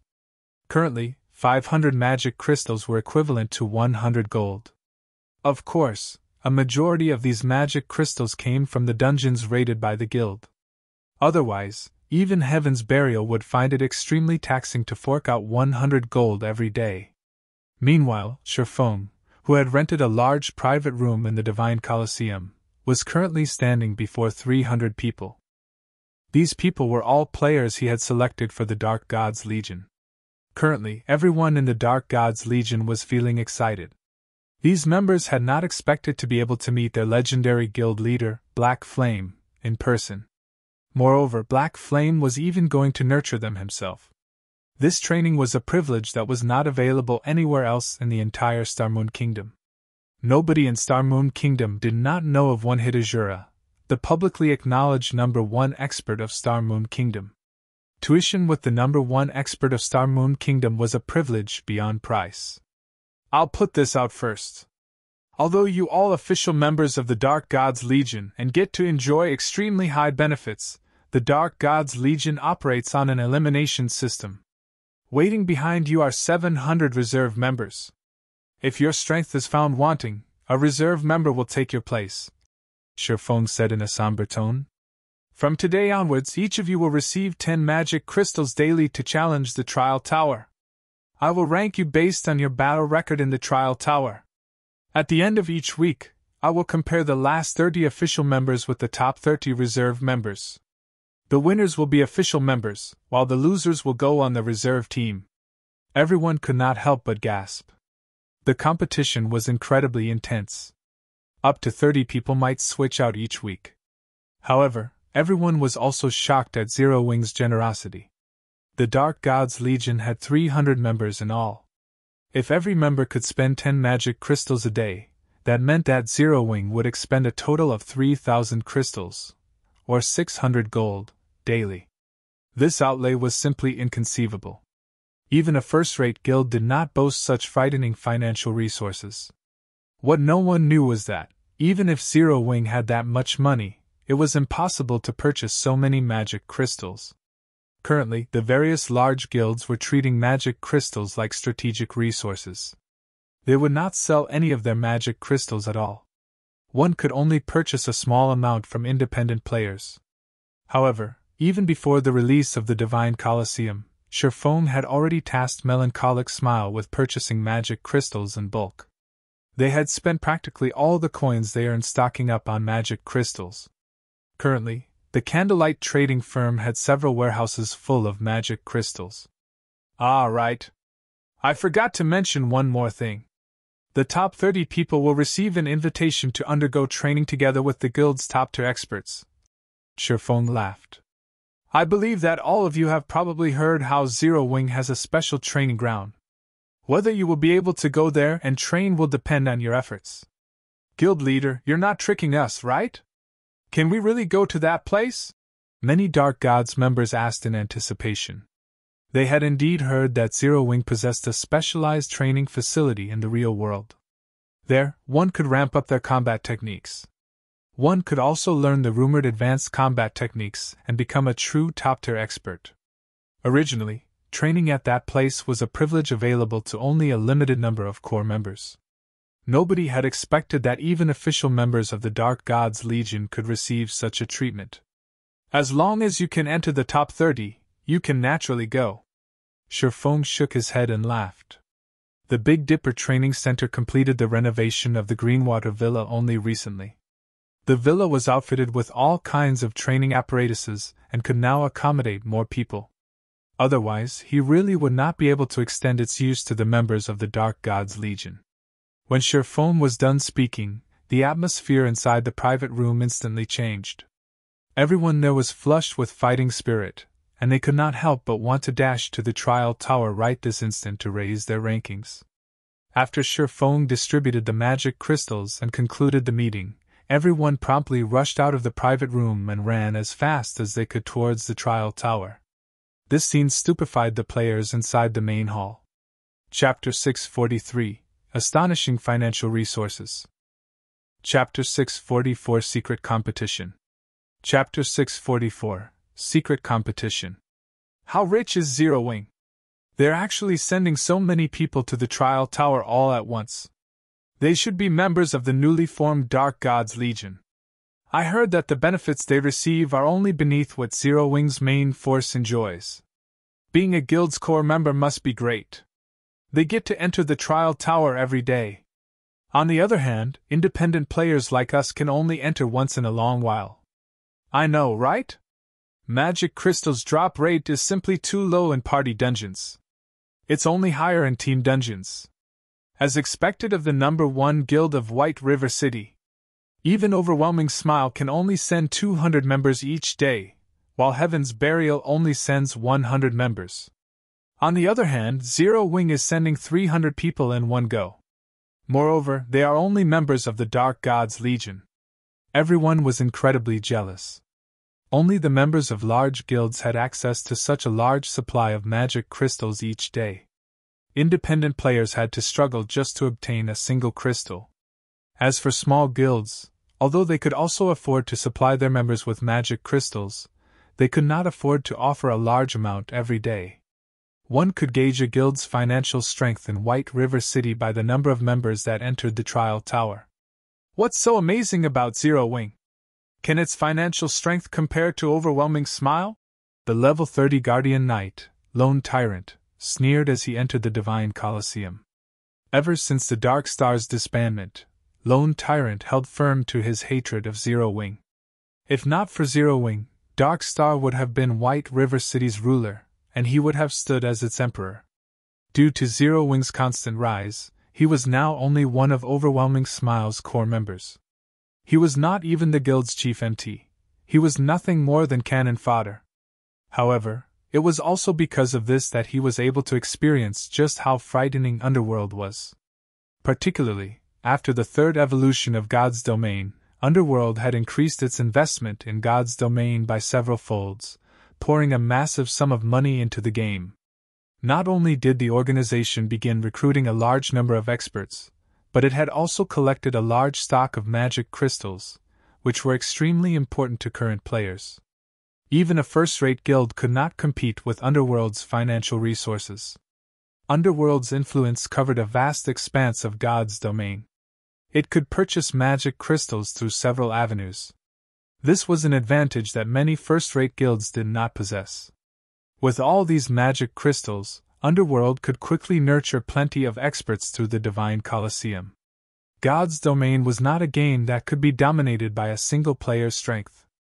Even if Sherfone were stronger, he could only defend White River City. However, White River City was not the only city in Starmoon Kingdom, much less God's Domain. As far as Lone Tyrant knew, Underworld had yet to give up on the feast that White River City offered. Hence, the organization had once more invested significant funding in magic crystals, enough to even put a first-rate guild to shame. On the surface, Overwhelming Smile sent only 200 members to the trial tower each day. Moreover, every member could only challenge the trial tower 3 times a day. In reality, however, Overwhelming Smile secretly sent a large number of hidden experts to challenge the trial tower as well. This group of experts consisted of nearly 400 people, double that of what the guild sent openly. In total, Overwhelming Smile sent nearly 600 people to the trial tower every day, affording each member 3 challenges. The public was already astounded by Heaven's Burial's financial strength. Unfortunately, compared to Overwhelming Smile, Heaven's Burial was nothing. After including the additional resources that Warwolf and his group of top-tier experts had received, Overwhelming Smile was spending nearly 2,000 magic crystals every day. What did Heaven's Burial's expenditure of 500 magic crystals amount to? Lone Tyrant, control your mouth. It is not the time for Overwhelming Smile to display its strength. Let Zero Wing and Heaven's Burial bask in the limelight. Watching the Dark God's Legion enter the trial tower, a faint smile appeared on Feng Xuanyang's face. With pride and arrogance, he said, "Black Flame, your complacency won't last." In truth, Feng Xuanyang had not expected Underworld to continue investing in White River City. He had thought that the organization would just let Overwhelming Smile, the guild he controlled, fend for itself. Currently, there were extremely few experts who had managed to pass the 4th floor of the Divine Colosseum. Among them, Zero Wing had the most with a total of 36 people. Overwhelming Smile came in second. It had 29 people in total. Next up was Heaven's Burial. It had 20 people. Assassin's Alliance stood in 4th place. The guild only had 14 people. At 5th place, Cloud9 had 12 people. At 6th place, Yinyang Court had 11 people. However, Overwhelming Smile had hidden a large fraction of its forces. For example, their 29 experts did not include Warwolf and his team. In reality, the guild had more than 50 people who had passed the 4th floor. Overwhelming Smile had long since surpassed Zero Wing by leaps and bounds. Moreover, as time passed, that number would only increase. Soon, it would be Overwhelming Smile's turn to rule over White River City. While the various large guilds in White River City competed over the first clear of a 100-man dungeon and compared their progression in the Divine Colosseum, Shifeng had used the Bible of Darkness to travel to the Evil Ghost domain. After his 2-day absence, Shifeng found that District 1 had developed rapidly. The shelter had annexed 6 other shelters and invested all of the soul crystals they obtained into promoting the Lion's Bar, upgrading it to a 2-star bar. Now, the 100-berry wine's production had increased to 50 bottles per day. According to Shifeng's arrangements, 20 bottles would be held for District 1's shelter, while he would take the remaining 30 with him. Shifeng had been away for 2 days now, so he had a stockpile of 60 bottles. Shifeng had also brought with him a huge stock of light stones for Blue Frost and the others. The nights in the dark den were longer than the days. Hence, light stones were far more useful to these players. Having a guild is awesome. I never imagined that we would get our hands on an item like this. Even at night, our top 10 parties will be able to grind safely. Blue Frost expressed his shock as he stared at the light stone in his hand. Not a single shelter in the dark den had anything like the light stones. Other than grinding and questing, the light stones could also be used during monster attacks to weaken the monsters, making it much easier to defend the shelter. Right, my main goal in coming here this time is to give this to you, Shifeng said as he retrieved the Chapter of Shelter from his bag. The Chapter of Shelter was an item that could promote a shelter by a single rank, up to a maximum of large shelter. When everyone saw the Chapter of Shelter, they were stupefied. Up until now, large shelters were something that only guild forces possessed. Although they had thought of upgrading District 1's shelter to a large shelter countless times before, it was simply too difficult for independent players. They would require at least a month to gather the required manpower and resources. That time might be extended further depending on their progression on the quests involved. Now, however, with the Chapter of Shelter, they could upgrade District 1's shelter into a large shelter without going through all that trouble. They would then qualify to compete for dominance in the Dark Denver. Zero Wing was astonishing. Shifeng's generosity had engraved this notion on Blue Frost and everyone else's hearts. The many guild forces in the Dark Den had spent a ridiculous amount of effort to upgrade a medium shelter to a large shelter. They had gathered all of the resources from the shelters under their control and had spent significant time to do so. On the other hand, Shifeng had completed a similar feat by casually revealing a Chapter of Shelter. If the other guild forces discovered this, they would definitely be dumbfounded. Lotus, begin the preparations. We're going to upgrade the shelter, Blue Frost proclaimed, grinning at the chapter of shelter in Shifeng's hand. Chapter 645 Administrator. Chapter 645 Administrator. The evil ghost domain was vast. It was roughly the 1/5 the size of Star Moon Kingdom. There were also several shelters within the domain. Among these shelters, some were under the control of large guilds. However, not a single shelter within the evil ghost domain had been promoted to a large shelter until today. One could just imagine how difficult it was to promote a medium shelter to a large shelter. When a medium shelter became a large shelter, its player capacity increased from 30,000 to 100,000. Not only would this increase the shelter's defensive capabilities, but the larger population would also improve collection speed of soul crystals by several times. Most importantly, upon becoming a large shelter, a shelter could have 3 specialties, which was 2 more than a medium shelter. Moreover, these specialties' production volumes would increase significantly. Originally, the 1-star Lion's Bar only produced 20 bottles of 100-berry wine per day. After becoming a large shelter, the Lion's Bar's production of 50 bottles a day doubled. In other words, the 2-star Lion's Bar could produce 100 bottles of 100-berry wine each day. The 100-berry wine was a rare tool that could increase a player's compatibility rate with their weapons for a short time, allowing players to grasp the feeling and subtlety of improved compatibility rates. It was the best item for cultivating experts. The 100-berry wine was far more effective than the trial tower of the Divine Colosseum. Otherwise, with no Divine Colosseums inside the Dark Den, these players would stagnate and fall far behind players elsewhere. Half an hour later, the heavenly crystal pillar inside District 1's shelter released a dazzling red light that shot into the sky. A faint red barrier then began to form around the shelter. For a time, aside from Shifeng and the others who were currently inside the heavenly crystal pillar, every player was teleported out of the shelter. In the next moment, the shelter began to expand. At the same time, new buildings began appearing, one after another. A short while later, the medium shelter size had increased by 10-fold. When the shelter stopped expanding, a system announcement reached out to every player inside the Evil Ghost Domain. Evil Ghost Domain System Announcement. Congratulations to the shelter of District 1 for becoming the first in the Evil Ghost Domain to become a large shelter. Rewarding 1,000 soul crystals to the shelter. All players of District 1 will receive a 2-day protected buff that increases all attributes by 10%. Production volume of the shelter's specialties will be increased by 100% for 7 days. The system announcement excited District 1's stunned players.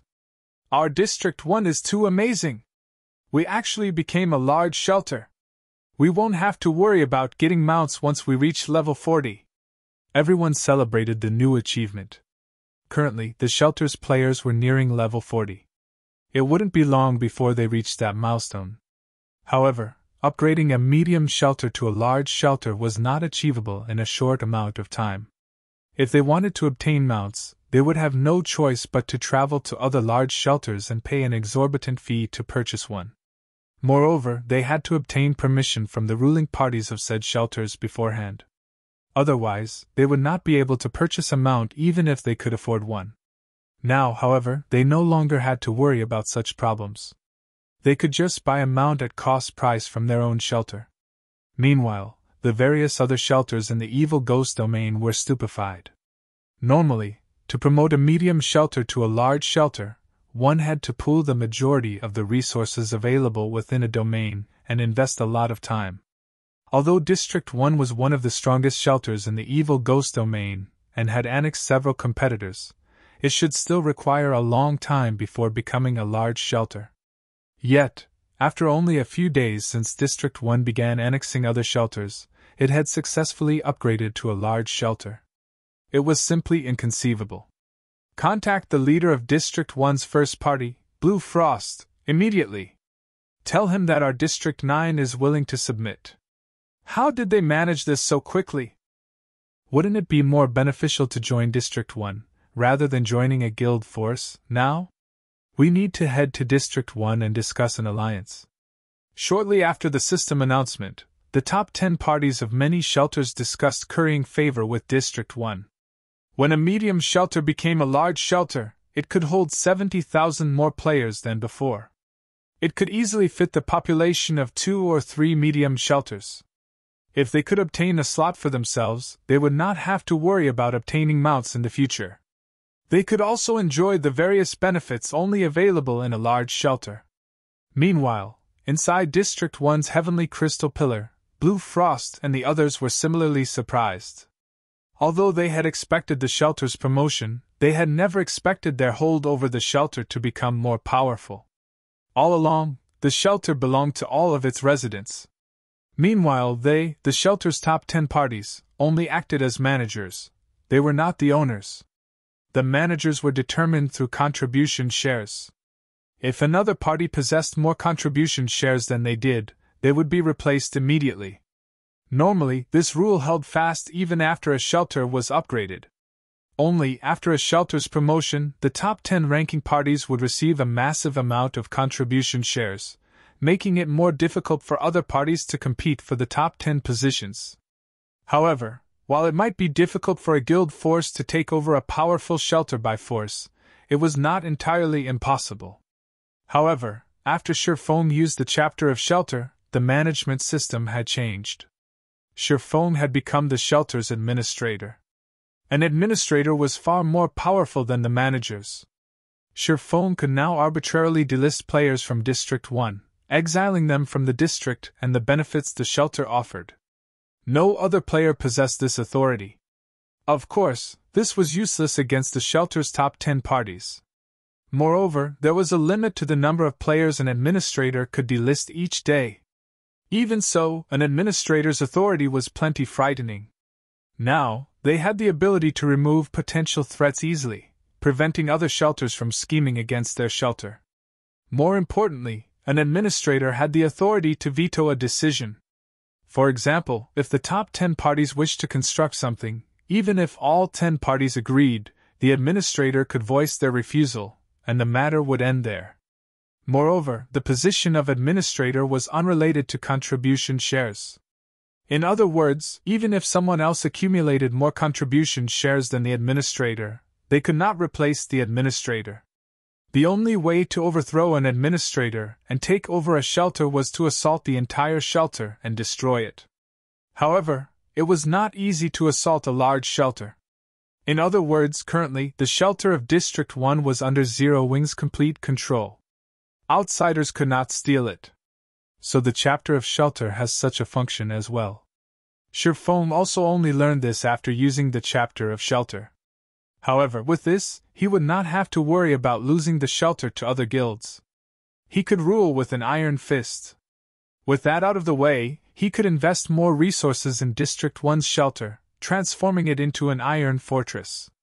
Following which, Shurfong left the shelter's management to Blue Frost. He then purchased all of the available bottles of 100-berry wine from the Lion's Bar and took the massive batch of gemstones Blue Frost had prepared before returning to White River City. As the shelter had just upgraded to a large shelter, its specialties production had improved. As a result of the 7-day bonus, the Lion's Bar could produce up to 200 bottles of 100-berry wine each day. However, as Blue Frost and the others had already purchased 50 bottles, there were only 150 bottles remaining.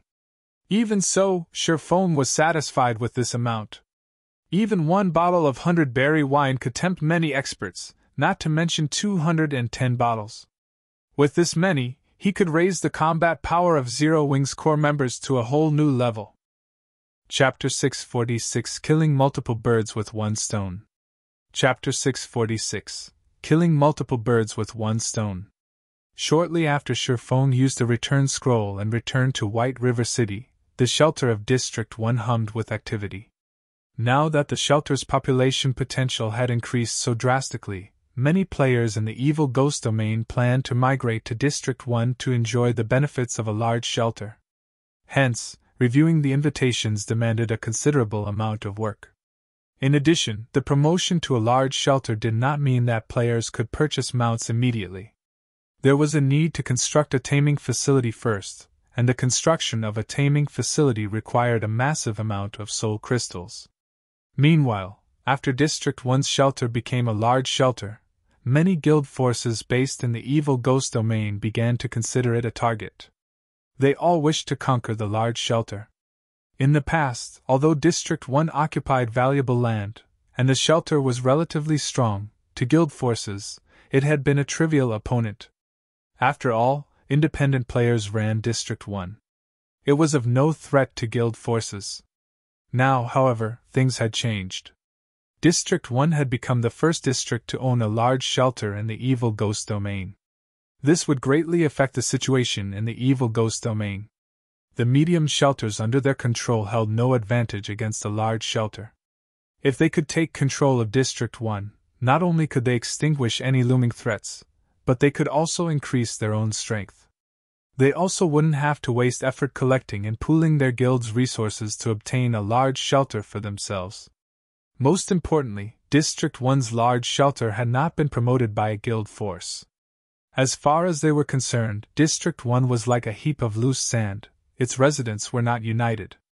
They could take advantage of this and take the shelter by storm. With this, they could kill two birds with one stone. Why wouldn't they do it? For a time, the many guild forces in the evil ghost domain secretly plotted to insert their own men into District 1's shelter. Meanwhile, although Blue Frost and the others had predicted these guild forces' intentions, not only did they not attempt to stop them, but they also actively encouraged it. After all, they were not afraid of anyone trying to replace them. They earnestly wished the various guild forces would come and offer them more resources. The matter of District 1 joining Zero Wing was only known by a few of District 1's upper echelons. In the eyes of outsiders, District 1 had only obtained a large shelter due to its managers being very united, powerful, and lucky. Moreover, there were only so many guild forces in the evil ghost domain. Everyone knew which shelters belonged to which guild forces. Hence, everyone believed that District 1's shelter had yet to ally themselves with a guild. Normally, if players wished to join a shelter, the shelter's managers would welcome them with open arms. After all, more players would strengthen the shelter itself, and increase the number of soul crystals the shelter could obtain. For District 1, however, other than those who had been recruited by the shelter's upper echelons, any player who wished to join District 1 was required to pay a fee of 1 soul crystal. Although the price was high, current players were much higher leveled than before. As a result, the difficulty of obtaining soul crystals and the price of soul crystals had decreased. Compared to Shifeng's initial arrival in the Dark Den, soul crystals' prices had fallen by 2 to 3 times. Currently, every elite party had at least 1 soul crystal on hand at all times. If they worked hard for a week or so, they could collect 6 soul crystals. Obviously, Guild Force's elite teams had a far easier time of collecting the crystals. Even after Blue Frost and the others recruited some players, there should still be 50,000 spots remaining. Charging 1 soul crystal per person, if they managed to fill all 50,000 slots, they would receive an additional 50,000 soul crystals. A player's ownership of 50,000 soul crystals was vastly different from a shelter's ownership. Take the Lion's Bar's promotion for example. If Blue Frost and the others funded the promotion themselves, they would only have to spend 500 soul crystals to promote the bar to 3 stars. However, if they used the shelter's cumulative resources, they would have to spend 10,000 crystals. With 50,000 soul crystals, not only could they easily construct a taming facility, but they could also construct 2 more buildings that supplied specialties and upgrade both buildings to 2 stars.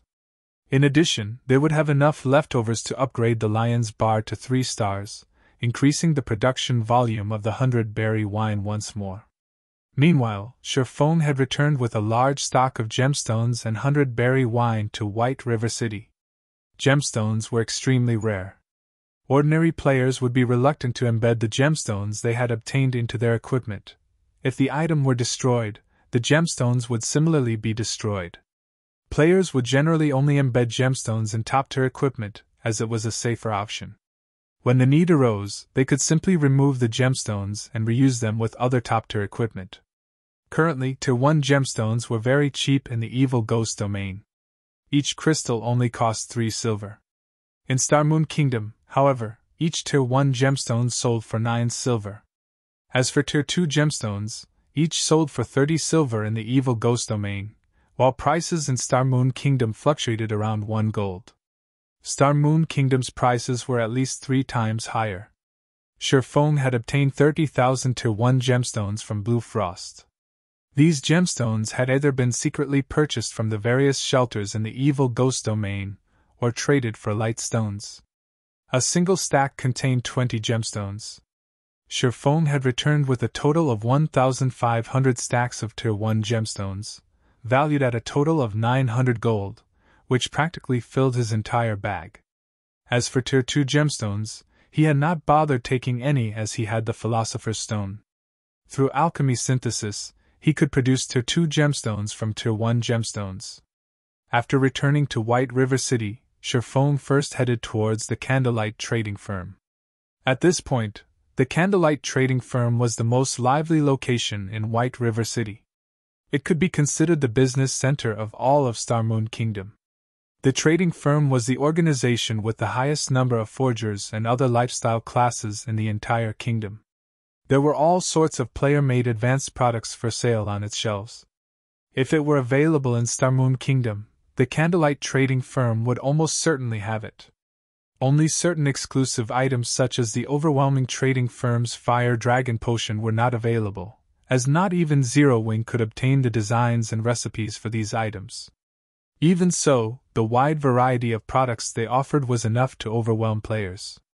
Other than Star Moon Kingdom, thanks to Phoenix Rain's help, the Candlelight Trading Firm had also set up branch shops in the major cities of neighboring kingdoms and empires. The trading firm's daily profits reached several thousand gold. However, this placed a heavy burden on the firm's manager, Melancholic Smile. The Candlelight Trading Firm's ability to earn money far surpassed even first-rate guilds. Only super first-rate guilds and super guilds could rival the trading firm now. However, as time progressed, super first-rate guilds and super guilds would definitely surpass the Candlelight Trading Firm due to their massive range of influence in God's domain. The resources and contacts they possess far surpassed the Candlelight Trading Firm. Although the Candlelight Trading Firm could continue to expand, Zero Wing simply did not possess the required strength and manpower to keep up with it. Fortunately, Shifeng had long since prepared for this situation. He had not been the guild leader of a second-rate guild in the past for nothing. Since the first day he logged into God's domain in this life, he had been thinking of ways to improve his guild's background and had come up with a series of plans. At this point, his plans had finally produced some results. Shifeng retrieved the Philosopher's Stone from his personal warehouse and arrived at his exclusive advanced forging room in the Candlelight Trading Firm. He then began to synthesize the Tier 2 gemstones. If he sought out the aid of NPC alchemists to synthesize high-tier gemstones, not only would he have to foot an exorbitant labor fee, but the success rate was also not particularly high. For Tier 2 gemstones, NPCs only had a 30% success rate. Synthesizing a Tier 2 gemstone required 4 Tier 1 gemstones.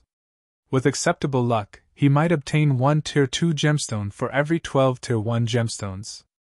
However, the Tier 2 gemstones was only 10 times more valuable than Tier 1 gemstones. Hence, it was not profitable to synthesize high-tier gemstones. On the other hand, the Philosopher's Stone in Shifeng's possession had a 100% success rate for synthesizing Tier 2 gemstones. If he synthesized Tier 2 gemstones using the Philosopher's Stone, he could easily multiply his profit. Naturally, Shifeng could not let this opportunity escape him. Only Shifeng's goal was not to earn money. Tier 2 gemstones have already become a mainstream item among large guilds. If I want Zero Wing's main force to clear a 100-man dungeon even a day sooner, I will have to set Tier 3 gemstones as the standard. Shifeng took out his Tier 1 gemstones and began the alchemy synthesis. Chapter 647 Realm of Experts. Chapter 647 Realm of Experts. Currently, the highest tier gemstone one could obtain from monsters in God's domain was a Tier 2. As for Tier 3 gemstones, they only dropped from level 30 and above large-scale dungeons. Meanwhile, NPC alchemists only had a 20% success rate to synthesize Tier 3 gemstones. The cost involved was massive. Currently, Tier 2 gemstones sold for 1 gold. Ignoring the labor fees and with average luck, one would require at least 20 Tier 2 gemstones to synthesize a Tier 3 gemstone. The cost alone was 20 gold. It was simply not realistic for a guild to supply its main force with Tier 3 gemstones. However, the attributes Tier 3 gemstones provided were significantly higher than Tier 2 gemstones. Tier 1 gemstones only increased a single attribute by 3 points. Tier 2 gemstones increased a single attribute by 6 points. As for Tier 3 gemstones, they increased a single attribute by 12 points. If one embedded every piece of equipment they had with Tier 3 gemstones, it would be the equivalent of wearing an additional piece of top-tier equipment. This would significantly increase a player's combat power. To the large guild's main forces, upgrading attributes was limited because their equipment had already reached a certain level.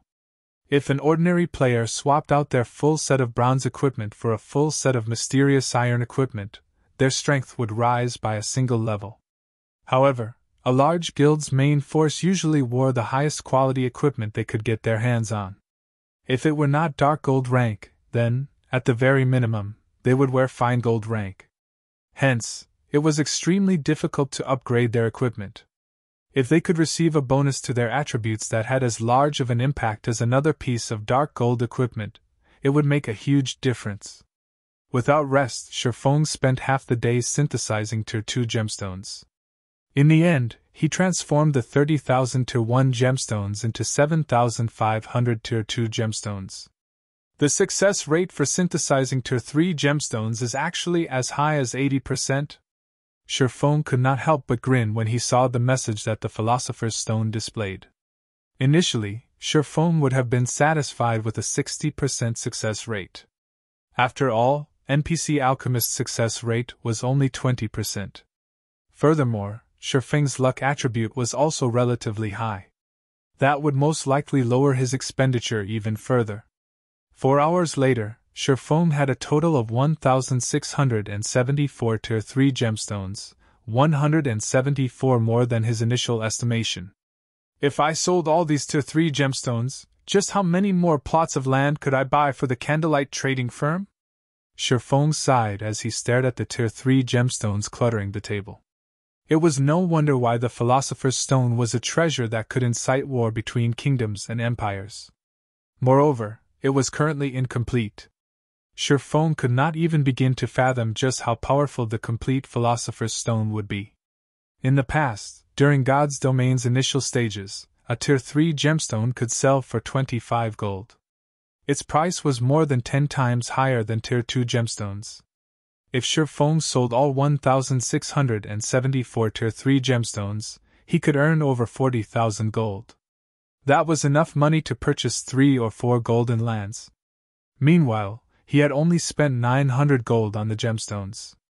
However, Shifeng had no intentions of selling the Tier 3 gemstones.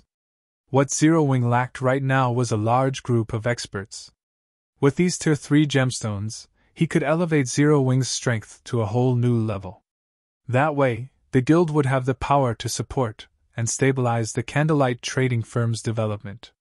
Just as Shifeng was excitedly contacting Aqua Rose and preparing to replace the main force's Tier 2 gemstones with Tier 3 gemstones, the situation at White River City's Divine Coliseum had reached a boiling point. More experts from Heaven's Burial suddenly broke through the 4th floor of the trial tower. Currently, the guild had a total of 42 members who had reached the 5th floor, double that of their previous record and surpassing Zero Wing's previous record of 36 people. Although 3 more people from Zero Wing have passed through the 4th floor, Heaven's Burial is superior. Another 22 of their people have passed the 4th floor within the same time span. It really makes you wonder just how they have nurtured so many experts. It seems that Heaven's Burial has a chance of replacing Zero Wing as White River City's overlord. Overwhelming Smile isn't doing too bad either. Today, another 8 people have reached the 5th floor, pushing their total to 37. Right now, Overwhelming Smile is only behind Zero Wing by 2 people. In another 1 or 2 days, Overwhelming Smile's number of experts will probably surpass Zero Wing as well. Due to the increase of each guild's number of experts in the Divine Coliseum, many players had begun changing their opinions of Heaven's Burial and Overwhelming Smile. Although one could not tell much by the number of experts, it could indicate a guild's potential. In the gods' domain of today, due to Sherfone repeatedly shattering the concept of strength by numbers, the public no longer evaluated a guild based on how many members it possessed. Then, how could one judge a guild's strength?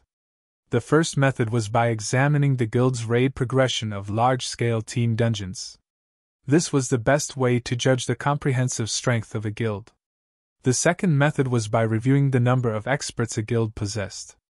At present, passing the fourth floor was the commonly accepted standard for an expert. Very quickly, this matter attracted the attention of the various large guilds in White River City. Originally, Zero Wing had been White River City's sole ruler. Now, however, it would seem that 3 rulers would sit on the city's throne. Heaven's Burial, in particular, was very mysterious. The guild developed as fast as Zero Wing had in the past. Even the famous Ghost Shadow Workshop had joined Heaven's Burial. One could just imagine how powerful the guild's backing was. Previously, Zero Wing had relied on Sherfone to shoulder its success. Now, however, Heaven's Burial's potential was even greater than Zero Wing's. Not only did it possess well-known, top-tier experts, but it also had the financial strength to rival Overwhelming Smile. Heaven's Burial was definitely a powerful competitor. For a time, many players were tempted to take part in Heaven's Burial's entrance examination. Heaven's Burial was constantly recruiting guild members. Moreover, its entry requirements were a lot lower than Zero Wing's. If they joined Heaven's Burial now, by the time the guild grew into its power and became White River City's overlord, their statuses would rise with the tide. It was just like the Zero Wing of today. Currently, even a normal member of Zero Wing was enviable. Zero Wing's guild residence. The members of the main force had gathered in the conference hall after receiving Sherfang's summons. At this moment, they discussed events among themselves. Did guild leader summon us because of the Divine Colosseum? Probably. After all, this is a matter concerning the guild's reputation. Zero Wing is the #1 guild in White River City, yet right now, we have fewer experts who have passed the 4th floor than the newly established Heaven's Burial. We have to do something to restore our reputation. How could the Trial Tower's 4th floor be so easy to break through? I am still stuck in the 4th floor's middle sector, not to mention the end. Indeed. Based on what I heard from guild leader, if one cannot display 50% of their actual combat power, they will not be able to overcome the 4th floor. Everyone felt disheartened when they spoke about the Divine Colosseum's Trial Tower. They all were members of Zero Wing's main force and were the envy of ordinary players.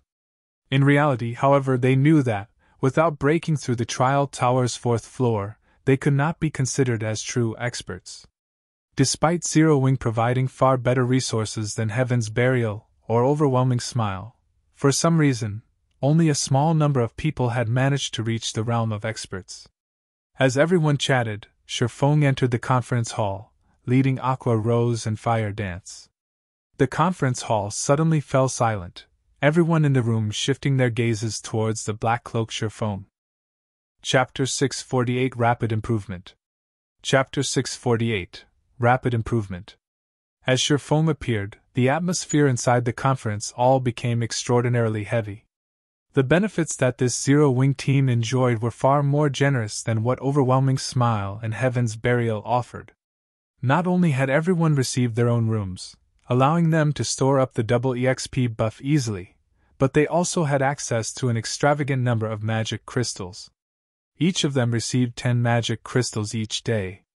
This was double what Heaven's Burial's main force received. Yet, in the end, Heaven's Burial had more members reach the 5th floor. If the public learned about the benefits that Zero Wing's main force enjoyed, they would ridicule the team as a bunch of trash. Knowing this, everyone had prepared themselves to receive Sherfang's scolding. Sherfong took his seat on the guild leader's throne. Without saying a word, he took out a cyan wine bottle and placed it on the table. Everyone shifted their gaze to the bottle curiously. The wine bottle's information displayed the name, 100 Berry Wine. It was only a bottle of wine. Guild leader, you're not forcing them to get drunk as a punishment, are you?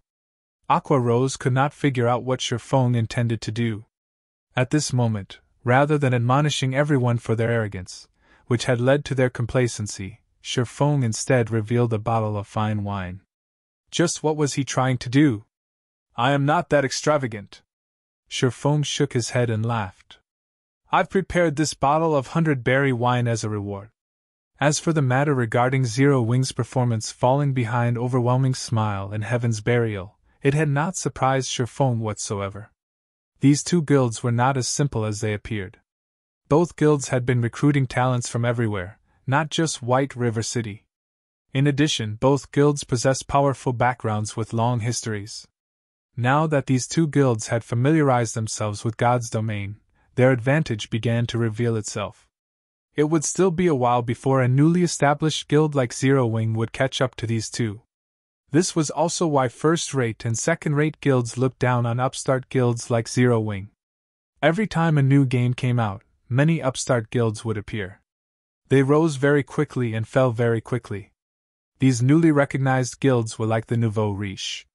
How could they possibly compare to the wealthy aristocrats who had been tested over time? Only those capable of withstanding the test of time were able to set foot into this realm. Reward? Everyone curiously stared at the bottle of 100-berry wine on the table. Every player here was a core member of Zero Wing.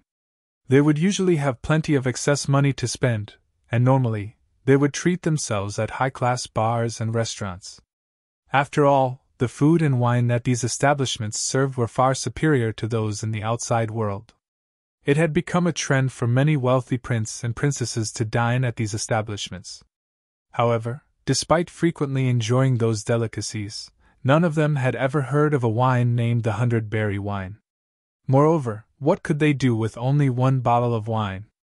This 100-berry wine can assist you with improving your combat techniques. I doubt any of you will take my word for it, so I intend to allow each of you to test it. Everyone will receive one bottle. When you have reached your limit inside the trial tower, drink the whole bottle. At that time, you'll see what I mean. Shifeng laughed. He then took out another 99 bottles from his bag.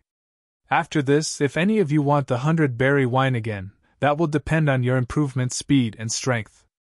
Once every 3 days, I will reward at least one bottle to the top 10 ranking members in the trial tower.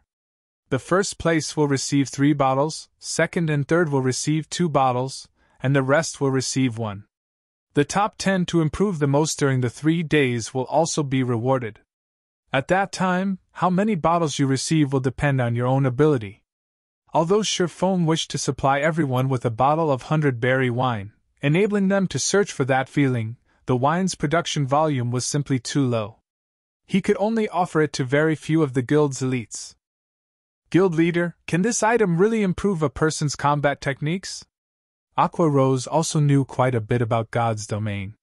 However, she had never heard of an item capable of improving a player's combat techniques. If the 100-berry wine was truly capable of such a feat. The rest of the team similarly doubted Shifeng's claim. Improving combat techniques was not something that could be done overnight. The process involved a lot of learning and practice.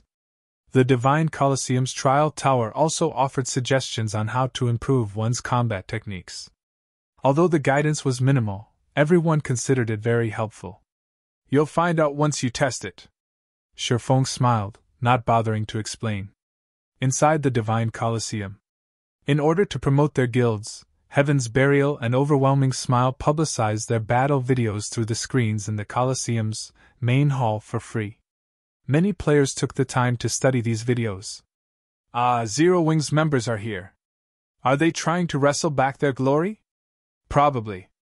However, the likelihood of them succeeding is slim.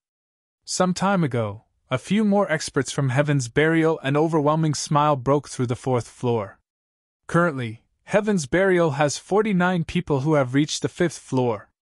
The guild even has 8 people who have reached the 6th floor. Their position as White River City's #1 guild is solid now. Meanwhile, Overwhelming Smile is closely following behind, with 45 people who have reached the 5th floor and 6 who have reached the 6th. Both guilds are way above Zero Wing, who only has 39 people on the 5th floor and 4 on the 6th. Many players were not optimistic about Zero Wing's chances. Whether it was the members of the guild's main force or the Dark God's Legion, both had already challenged the trial tower today. I never thought that there would be a moment when Black Flame would panic. However, his actions only bring him more despair. Seated in a room on the 2nd floor, Feng Xianyan quickly noticed Shi Feng enter the Divine Colosseum with the other members of Zero Wing's main force. With excitement filling his eyes, he said, "Go, notify Werewolf's team. It's time to show the public who the true ruler of White River City is." Originally, Feng Xianyan had intended to keep Overwhelming Smile's strength hidden for a little while longer. However, after seeing Shi Feng personally show up at the Divine Colosseum, he could not suppress the hatred in his heart. Although he could not do anything to Shi Feng directly, it would soothe his heart if he could strike a mental blow to Shi Feng. As long as Werewolf's team took action, Overwhelming Smile would immediately have a large group of experts pass through the 4th floor. At that time, Zero Wing's efforts to make a comeback would be rendered futile. Its reputation would be in tatters. Meanwhile, the members of Zero Wing's main force, who had just entered the trial tower, felt a burden of expectation. Everyone clearly understood their own combat power. To put it simply, it was extremely difficult for them to break through the 4th floor. However, since Shi Feng had told them to give it a try, they could only grit their teeth and follow his commands. Very quickly, the members of Zero Wing's main force passed through one floor after another. Upon reaching the 4th floor, everyone grew anxious. The trial tower's tests were set according to the player's strength. For every test, the system would generate a perfect doppelganger of the challenger. The doppelganger possessed the same combat power as the challenger. However, the doppelganger's actual combat power varied depending on one's progression in the trial tower. Each floor was also divided into 3 stages: early, middle, and late. Through the battles with their own doppelgangers, players could learn their own shortcomings. Meanwhile, players who were capable of defeating the doppelganger during the 4th floor's late stage would basically be able to display 50% of their actual combat power. These players were regarded as experts of God's domain. However, based on the standard of the current players of God's domain and the time they had to develop themselves, very few were capable of reaching the standard of an expert. "Hopefully I can pass through the late stage this time," Blackie prayed as watched his doppelganger before him. He then took out the 100-berry wine from his bag and emptied the bottle's contents, swallowing every last drop. Suddenly, his mind felt clear.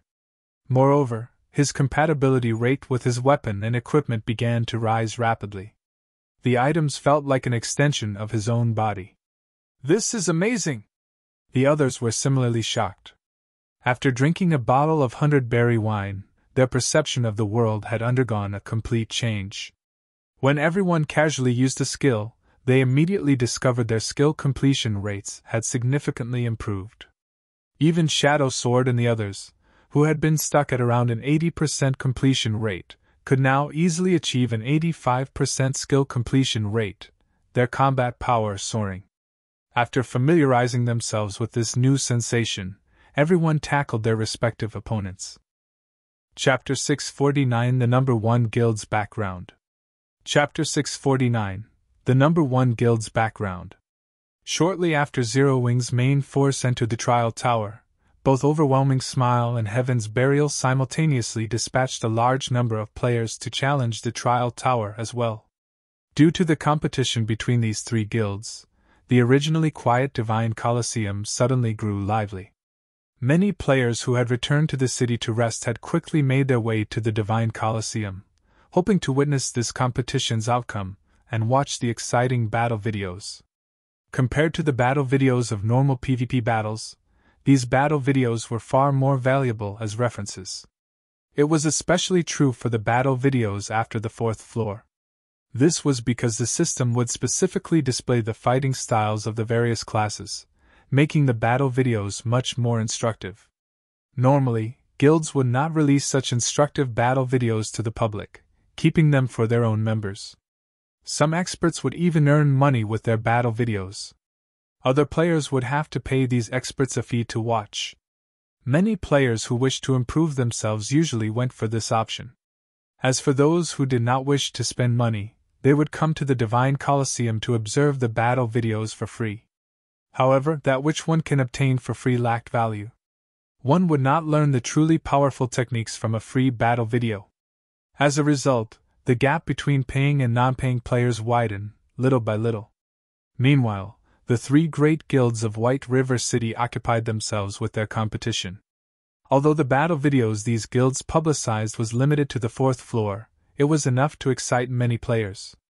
I wonder which guild will obtain first place this time. I'm betting on Heaven's Burial. Of the members of Heaven's Burial I saw going in to challenge the Trial Tower a moment ago, a few were well-known experts of other virtual reality games. Heaven's Burial really is amazing. It has actually recruited so many experts. It won't be long before they try to claim the seat of White River City's overlord. That's right. Now that Ghost Shadow Workshop has joined Heaven's Burial, the guild's strength has soared by leaps and bounds. Ghost Shadow himself still maintains the highest record in the Trial Tower. Ghost Shadow indeed deserves to be called one of the virtual gaming world's top-tier experts. Even now, no one else has reached the 7th floor. Moreover, he even reached the middle stage of the 7th floor. I heard that Star Moon City's best record stopped at the 6th floor's middle stage. This is simply madness. I'm an elite member of the Assassin's Alliance, but even until now, I am still stuck on the 3rd floor. The 4th floor is still out of my reach. It really makes you wonder just how those experts managed to do it. However, isn't Black Flame Star Moon Kingdom's #1 expert?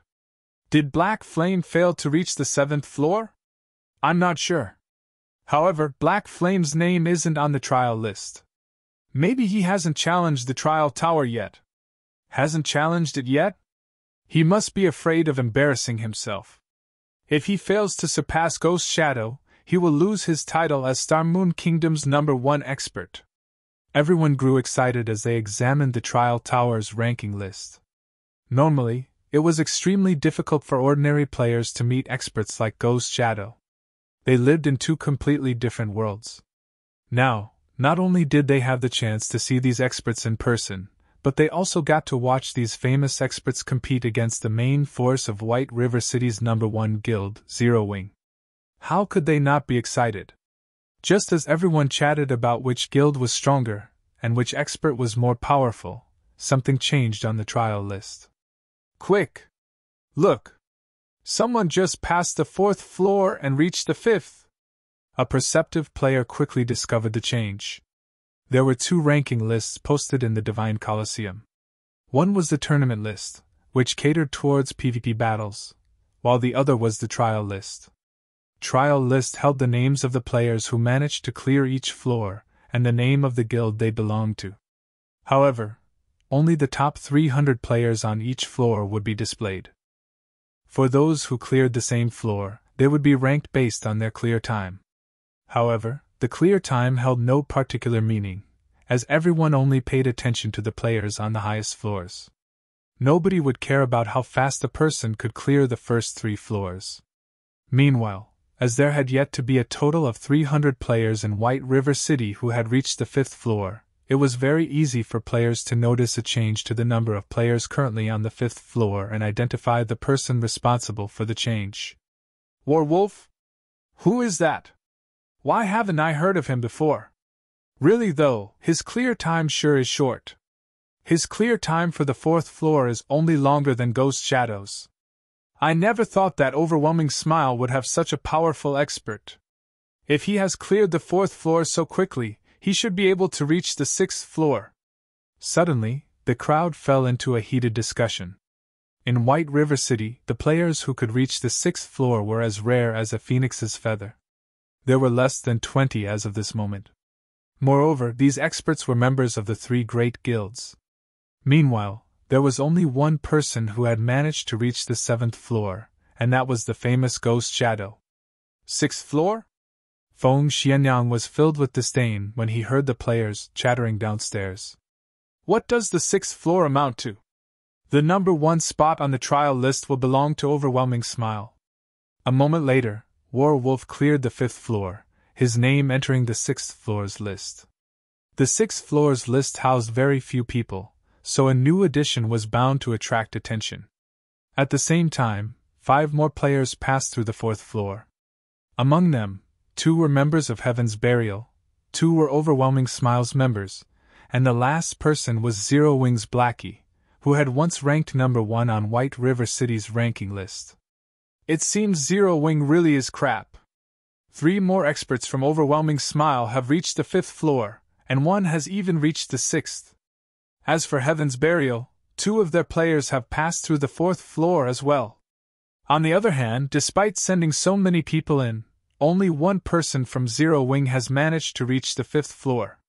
It seems that Zero Wing is no match for the 2 other guilds when it comes to nurturing experts. Everyone made their own judgments upon seeing the obvious differences between the 3 guilds. Ha! Black Flame, do you see now? This is the difference between our guilds. No matter how amazing you are, do you think a guild with the support of only 1 person can surpass a real, large guild? Feng Xianyang celebrated as he looked towards the room Shifeng resided in. Time slowly passed. Suddenly, something inconceivable happened. The 7th floor's list, which originally only had 1 lonely name on it, suddenly had 2. Who is Werewolf? He has actually passed through the 6th floor and entered the 7th floor. This is madness. It would be awesome if he released his battle video. The main hall suddenly exploded with activity. To the majority of current players, the 7th floor was a legend. It was a floor they could never reach. Meanwhile, sitting in one of the rooms on the 2nd floor, Ghost Shadow frowned when he saw this change. So, there's still such an expert in White River City. A hint of excitement flashed in Ghost Shadow's eyes. It was very lonely being an expert of his caliber. It was extremely difficult to find someone to compete with. Throughout White River City, there were only 2 experts who he was interested in. The first was Black Flame, while the second was Flame Blood. Now 1 more had caught his interest, Werewolf. However, while everyone committed Werewolf's name to memory, another name suddenly joined his on the 7th floor's list. Fire Dance. Everyone knew this name, the commander of Zero Wing's main force. Many of Overwhelming Smile's experts had died at her hands. She had even fought valiantly in the Great War with the Dragon Phoenix Pavilion, making a name for herself. Nobody would have thought that she would once more appear in the limelight. Sure enough, Zero Wing will not be replaced so easily. Ghost Shadow could not help his elation when he saw another person reach the 7th floor. How is this possible? Feng Xianyang stared at the name on the 7th floor's list in disbelief. Fire Dance, Assassin, Affiliated Guild Zero Wing. No matter how he looked at it, the name belonged to Fire Dance of Zero Wing. However, a short moment later, another new name appeared on the 7th floor's list. Violet Cloud, Cleric, Affiliated Guild Zero Wing. Chapter 650, Breaking the Record. Chapter 650, Breaking the Record. __. Chapter 650, Breaking the Record. The appearance of a 4th name on the trial list's 7th floor instantly plunged the Divine Colosseum's main hall into silence. Everyone's eyes nearly popped out of their sockets when they saw Violet Cloud's name. How? Feng Xianyang, who occupied a VIP room, also stared, slack-jawed, having lost his previous calm. He could barely accept Fire Dance reaching the 7th floor. After all, she was the commander of Zero Wing's main force. However, he could not bring himself to accept Violet Cloud's victory. Aside from the difficulty of reaching the 7th floor, just the fact that there were 2 people in Zero Wing capable of this success was shocking. Yet, the second person from Zero Wing to reach the 7th floor was not even a combat class. Instead, she was a cleric, one of the healer classes. It was commonly known that, out of the 12 main classes in God's domain, the healer classes possessed the weakest combat power. It was also a lot more difficult for healer classes to advance in the trial tower, as most of their skills focused on healing rather than dealing damage. Hence, healers never ranked particularly high in the trial tower. Yet, Violet Cloud, a cleric, had actually managed to reach the 7th floor. However, what everyone did not know was that, in reality, Violet Cloud possessed a hidden class. She was not purely a cleric. Regarding combat capabilities, Violet Cloud was slightly stronger than ordinary combat classes. Moreover, Violet Cloud had a bit more control over her own body than Fire Dance. Since Fire Dance had reached the 7th floor, Violet Cloud would naturally be able to do so as well. One could say that this was expected. When comparing top combat power, it was obvious, with a glance, which guild was superior. Zero Wing grasped a complete victory.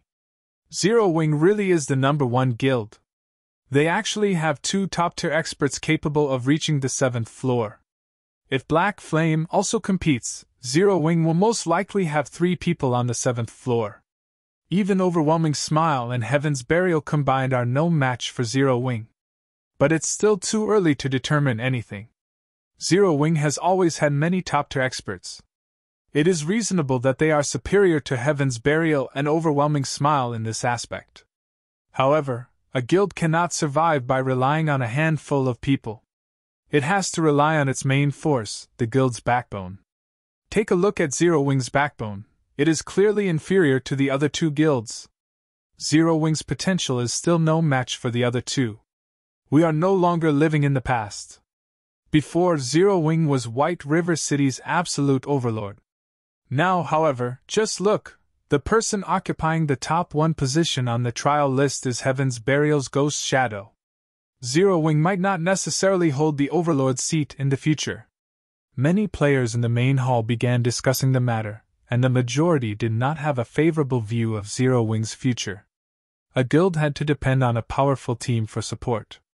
Even if an individual was stronger, how much of a difference could they make by themselves? Not to mention, Zero Wing had yet to obtain the #1 position on the trial list.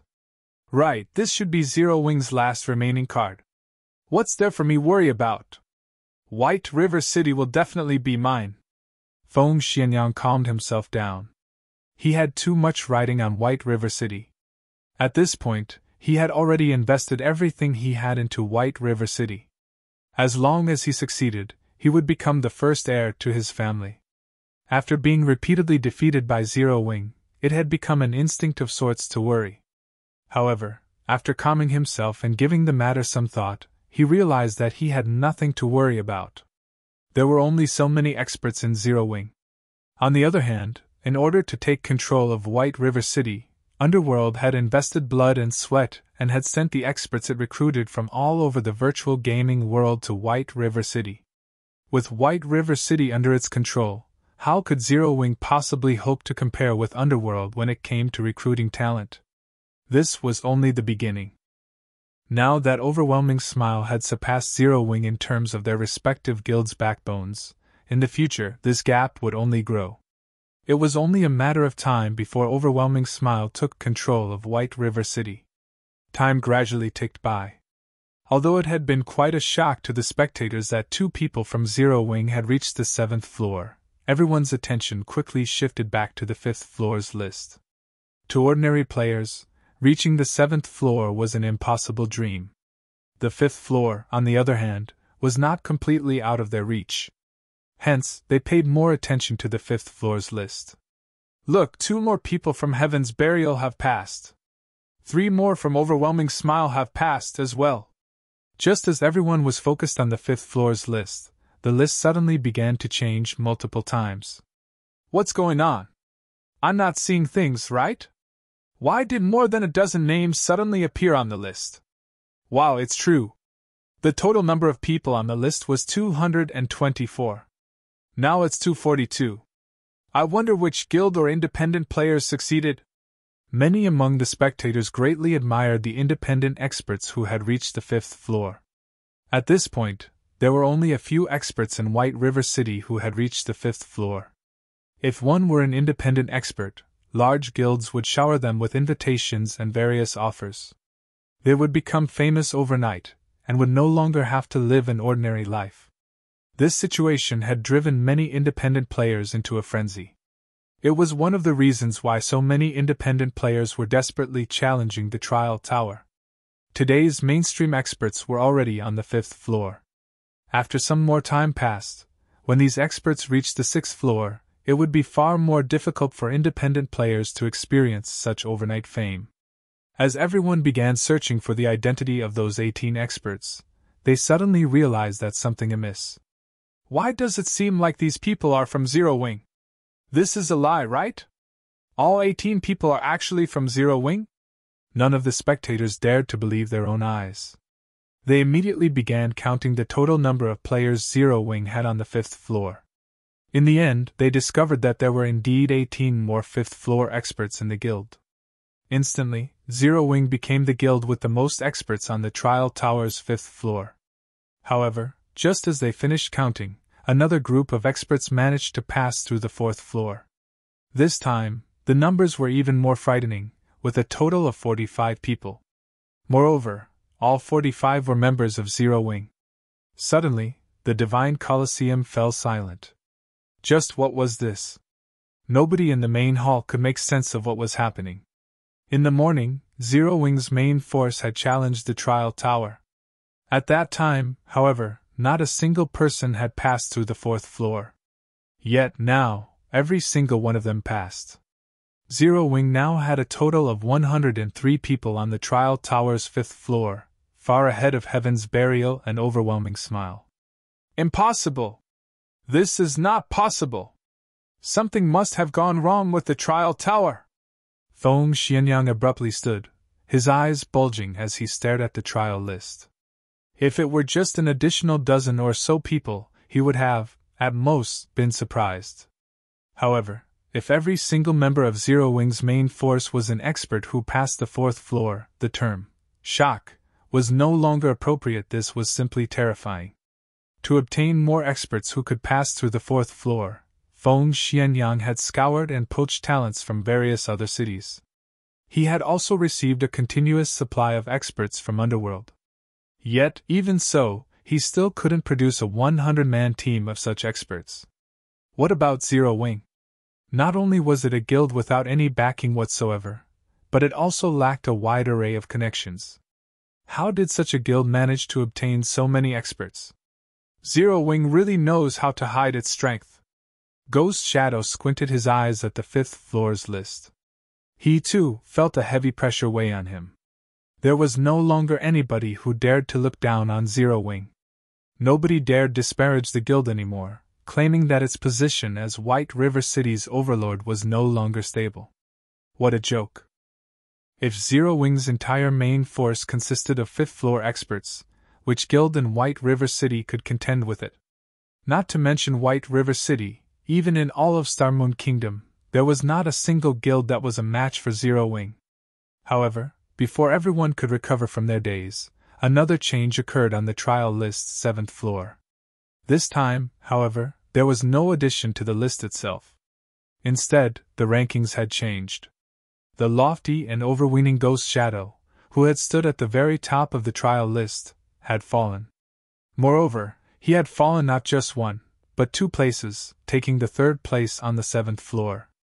Meanwhile, the 1st and 2nd ranks on the Trial Tower's 7th floor now belonged to Fire Dance and Violet Cloud, respectively.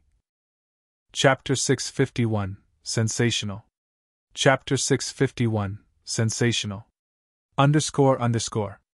Chapter 651, Sensational.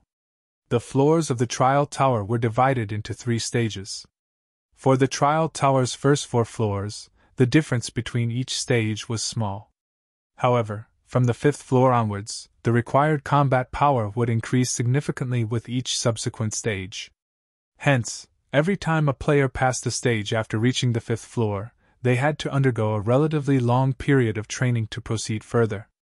In the Divine Colosseum, only experts who had passed through the 4th floor would know how difficult it was to overcome each stage from the 5th floor onwards. Not to mention, Fire Dance and Violet Cloud had only recently passed the 6th floor, arriving on the 7th floor. However, of everyone in the Divine Colosseum, the situation shocked Ghost Shadow the most. The record he maintained so far was the middle stage of the 7th floor. In other words, both girls from Zero Wing had at least reached the 7th floor's middle stage and had performed better than he had. He knew full well just how difficult the battles on the 7th floor were. That was no longer a challenge that an ordinary human being could tackle.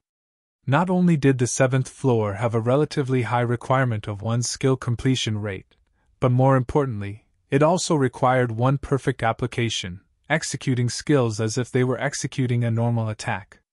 For example, if an ordinary person and a martial arts master were given identical swords, although the weapons were the same, each person's capabilities with the blade were miles apart. Similarly, the combat power each individual could display was miles apart from each other. In this case, skill completion rate was the weapon. The higher the skill completion rate was, the more power the weapon could display. However, how much of that power was actually displayed still depended on the individual's application. Ghost Shadow recognized himself as one of the top players in the virtual gaming world. He was also a talented individual.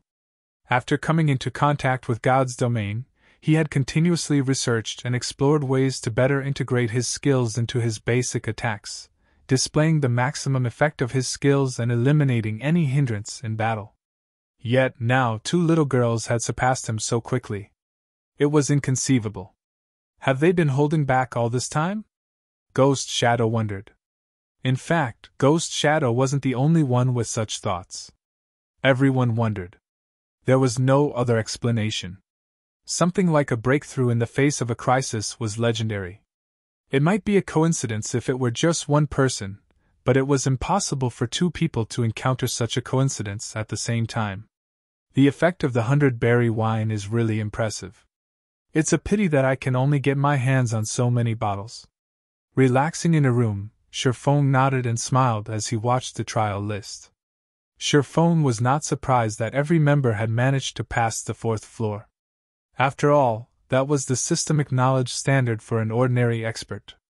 After drinking the 100-berry wine, a player's compatibility rate would increase significantly. Normally, the wine was capable of increasing a player's skill completion rate by roughly 10%, though the effects grew weaker as one progressed. However, to Zero Wing's core members whose skill completion rates hovered around 70%, their skill completion rates would increase to 80% or more upon drinking the 100-berry wine. Normally, one would pass through the 4th floor so long as they could maintain a stable skill completion rate of 75%.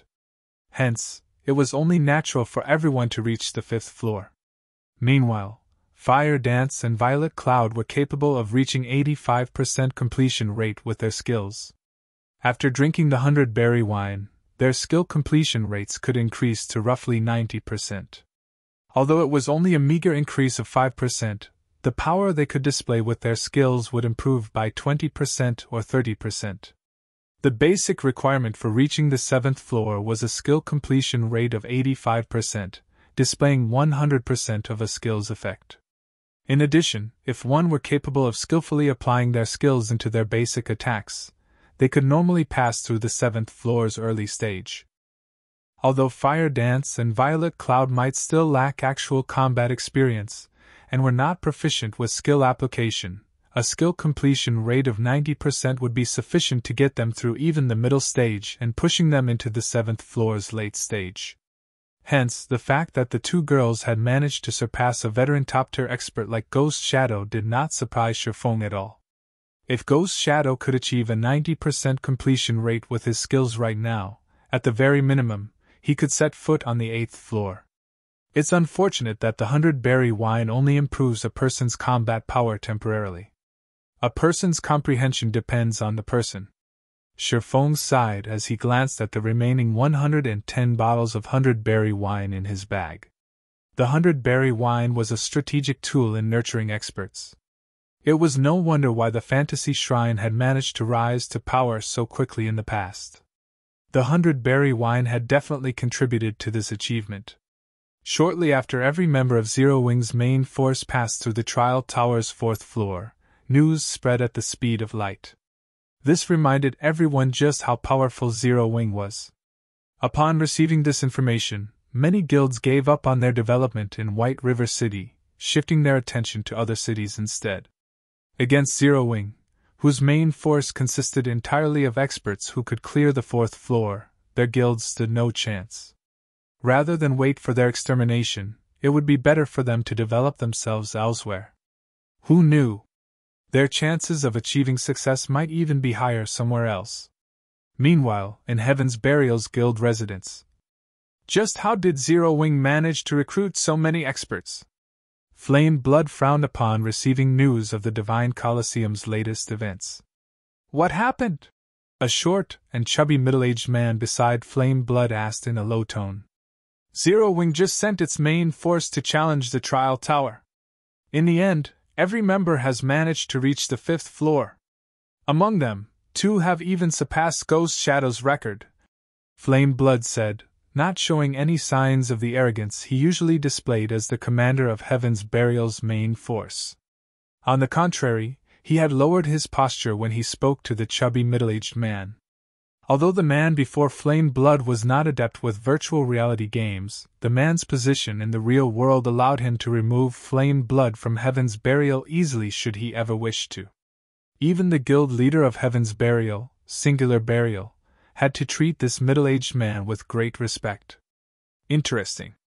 It seems that we won't be able to avoid a confrontation with Zero Wing if we wish to obtain this treasured land, the chubby man said as he caressed his goatee. After a moment of silence, he continued. Since we can't beat them with numbers, let's improve the guild's overall strength. Flame Blood, notify Ghost Shadow and tell him that I'll send Daybreak Fog to help out. We need to obtain the first clear of a 100-man dungeon as soon as possible. Daybreak Fog?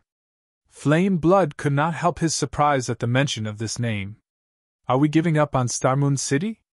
Heaven's Burial's ambition was colossal. The guild aimed to control all of Starmoon Kingdom. The best way to do so was to take control of the kingdom's lifeline first, its players. The 2 cities with the largest player population in the kingdom were Starmoon City and White River City. Both also had the largest gathering of elite players. As long as Heaven's Burial took control of these 2 cities, controlling the rest of the kingdom was only a matter of time. Of these 2 cities, Flame Blood spearheaded the White River City takeover, while Starmoon City was spearheaded by Daybreak Fog. If one compared these 2 people's fame, Daybreak Fog was superior. Flame Blood was merely one of the previous year's top 10 newcomers. On the other hand, Daybreak Fog had been one of the top 10 newcomers of the virtual gaming world 2 years ago. Afterward, she had continued to perform magnificently in many virtual reality games. Her fame was only slightly inferior to the Snow Goddess, Gentle Snow, as she had made her debut roughly 2 years later than Gentle Snow had. In terms of strength, Daybreak Fog ranked 3rd within Heaven's Burial. If they really sent Daybreak Fog to White River City as support, with her strength and her team, Heaven's Burial might actually have a chance of clearing a 100-man team dungeon. After all, during this period, everyone mostly understood the difficulty of a 100-man team dungeon.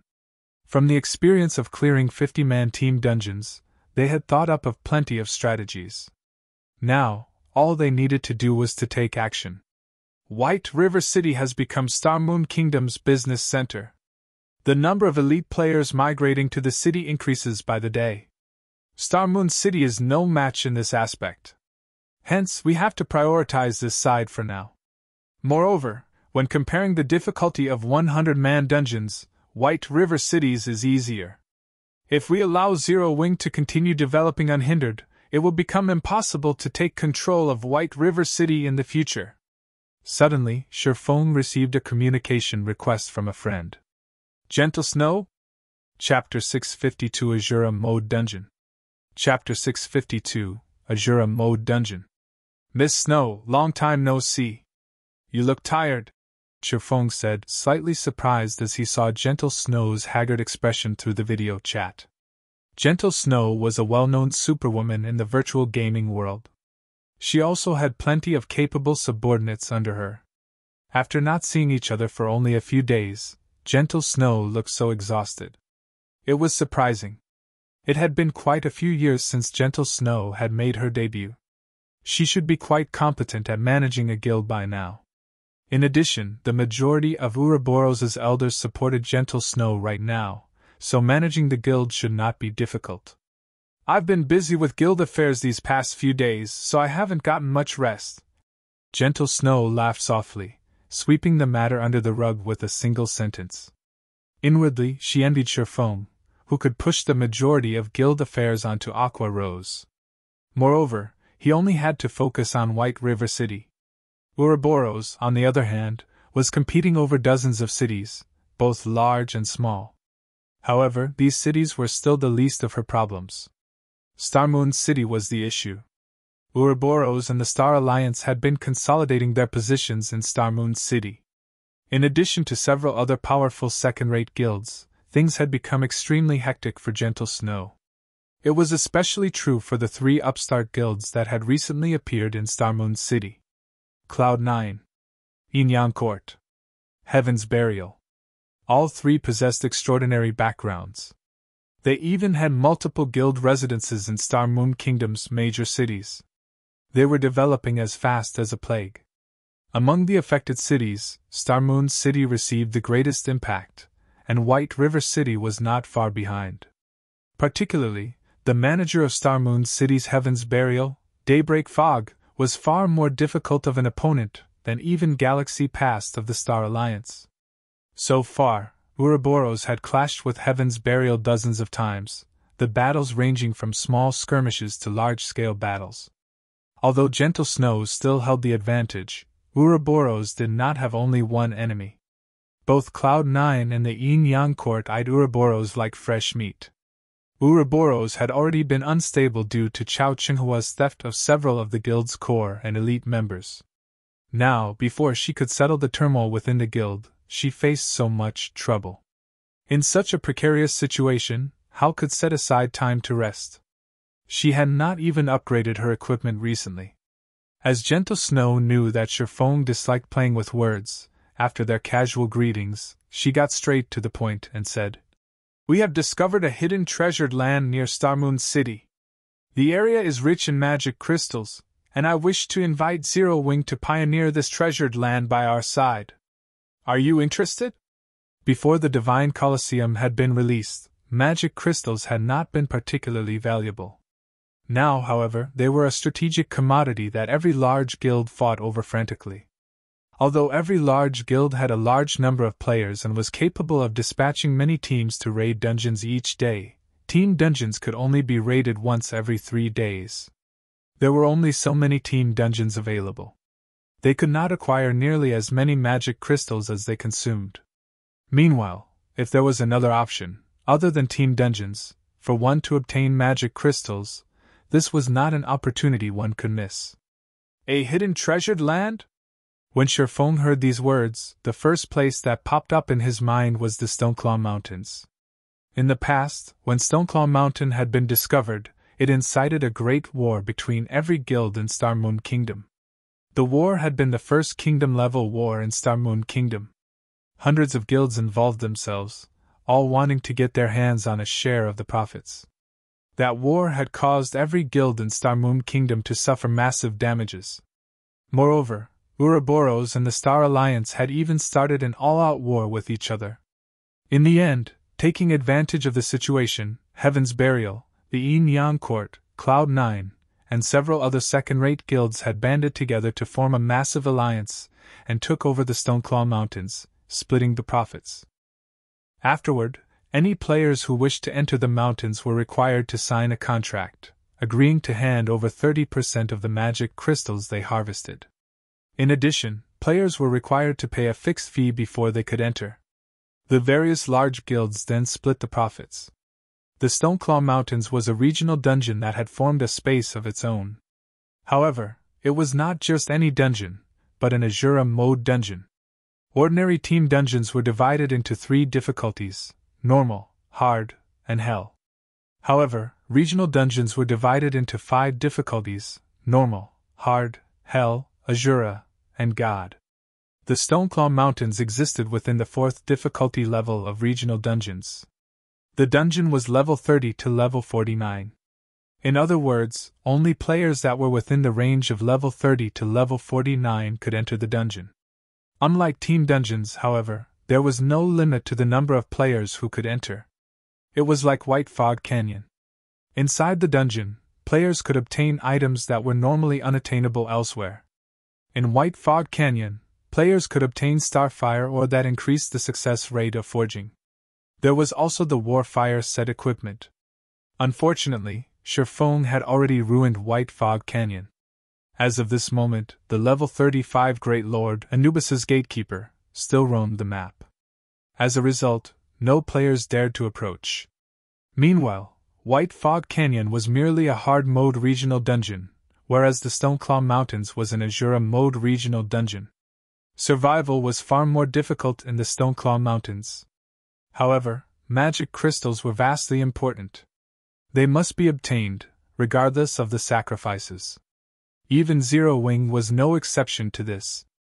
Currently, several guilds from Star Moon Kingdom are contesting over the rights of this hidden treasured land. If Zero Wing is willing to help, I can offer 50% of the income. Gentle Snow offered a relatively attractive price. To Gentle Snow, offering 50% of the profits was a big concession on her part.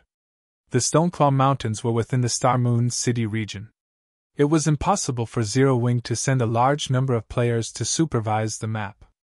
Hence, the responsibility of supervising the map would fall to Ouroboros. However, Zero Wing possessed extraordinary strength. As of this moment, even Sherfeng's strength was a mystery. If Ouroboros and Zero Wing banded together, their chances of coming out on top would be a lot higher. Furthermore, working with other guilds was simply not an option for Ouroboros. Alright, but I have a condition, Sherfeng responded after giving it some thought. Zero Wing was based in White River City. There was a limit to how much combat power it could display in the faraway Star Moon City. Even though the guild was powerful, it could not move on the Stoneclaw Mountains by itself. Moreover, it was not realistic for a single guild to monopolize the Stoneclaw Mountains. Tell me. Gentle Snow rolled her eyes at Sherfeng. Her offer had already been bountiful, yet Sherfeng still had conditions of his own. It's not really a condition. I just need Ouroboros to help me obtain some materials. I'll even purchase them for 20% above market value. Sherfeng laughed. He currently had very few of the materials required to construct the stable and teleportation magic array. It would take a long time to gather the necessary materials if he relied on Zero Wing. However, it would be much easier if he used Gentle Snow's connections to purchase the materials because most of these materials could only be obtained by large guilds. It was practically an impossible task for independent players. Yet, even if he tried purchasing these materials, other guilds would only sell them to their allies. Give me the list, then. Gentle Snow released a sigh of relief upon hearing Sherfeng's condition. She had thought Sherfeng intended to take advantage of her current predicament, but it turned out that he still had some humanity left in him. I'll send it to you now. Sherfeng then sent a list of the materials required to construct the stable and teleportation magic array to Gentle Snow. You really are daring. Most of these materials are rare drops from large-scale team dungeons. Although my guild can obtain some, 20% above market value is too cheap. I'll need 50% at least. Surprise flashed across Gentle Snow's eyes when she read the list Sherfeng had provided. Even if she worked with the Star Alliance, the two guilds could not gather all the materials listed. The cost alone was more than 2,000 gold. Okay, just get them as soon as possible. Sherfeng did not care about spending a little more money. If he could get his hands on the materials, he could earn back the money in the blink of an eye. Hearing Sherfeng's lack of hesitation, Gentle Snow was slightly shocked. A 50% increase in price would mean more than 3,000 gold. Even to a first-rate guild like Ouroboros, that was a massive amount of money. Yet Sherfeng thought nothing of it. After both sides established a contract, Sherfeng contacted Aqua Rose and the others, instructing them to gather. The Stoneclaw Mountains could only be dealt with sooner, and not later. The earlier they occupied a favorable location, the greater their advantage would be when the war began. Chapter 653 Overall Improvement. Chapter 653 Overall Improvement. Although the Trial Tower's competition ended with Zero Wing's victory, the members of Zero Wing's main force were well aware that it had been due to the 100-berry wine. Otherwise, they would not have achieved such frightening results. During the challenge, everyone had discovered many of their own imperfections, their combat power improving slightly as a result. What a pity! If I could experience that kind of feeling once more, I might reach a stable skill completion rate at 87% and pass this stage. After the 100-berry wine's effects dissipated, Fire Dance challenged the 6th floor's late stage again. This time, she passed it without any issues and could now reach the 7th floor with her own power. Unfortunately, she suffered defeat in the 7th floor's early stage. But the 100-berry wine did allow me to gain an initial understanding of how to use void steps. Guild leader will be surprised if he finds out. Void steps was an advanced style of footwork and Shifeng's trademark technique. Just gaining an initial understanding of how to use the skill was extremely difficult. If Shifeng learned that Fire Dance could use void steps, he would definitely be surprised. He had spent many years in order to learn the technique, yet Fire Dance had managed to grasp it in such a short time.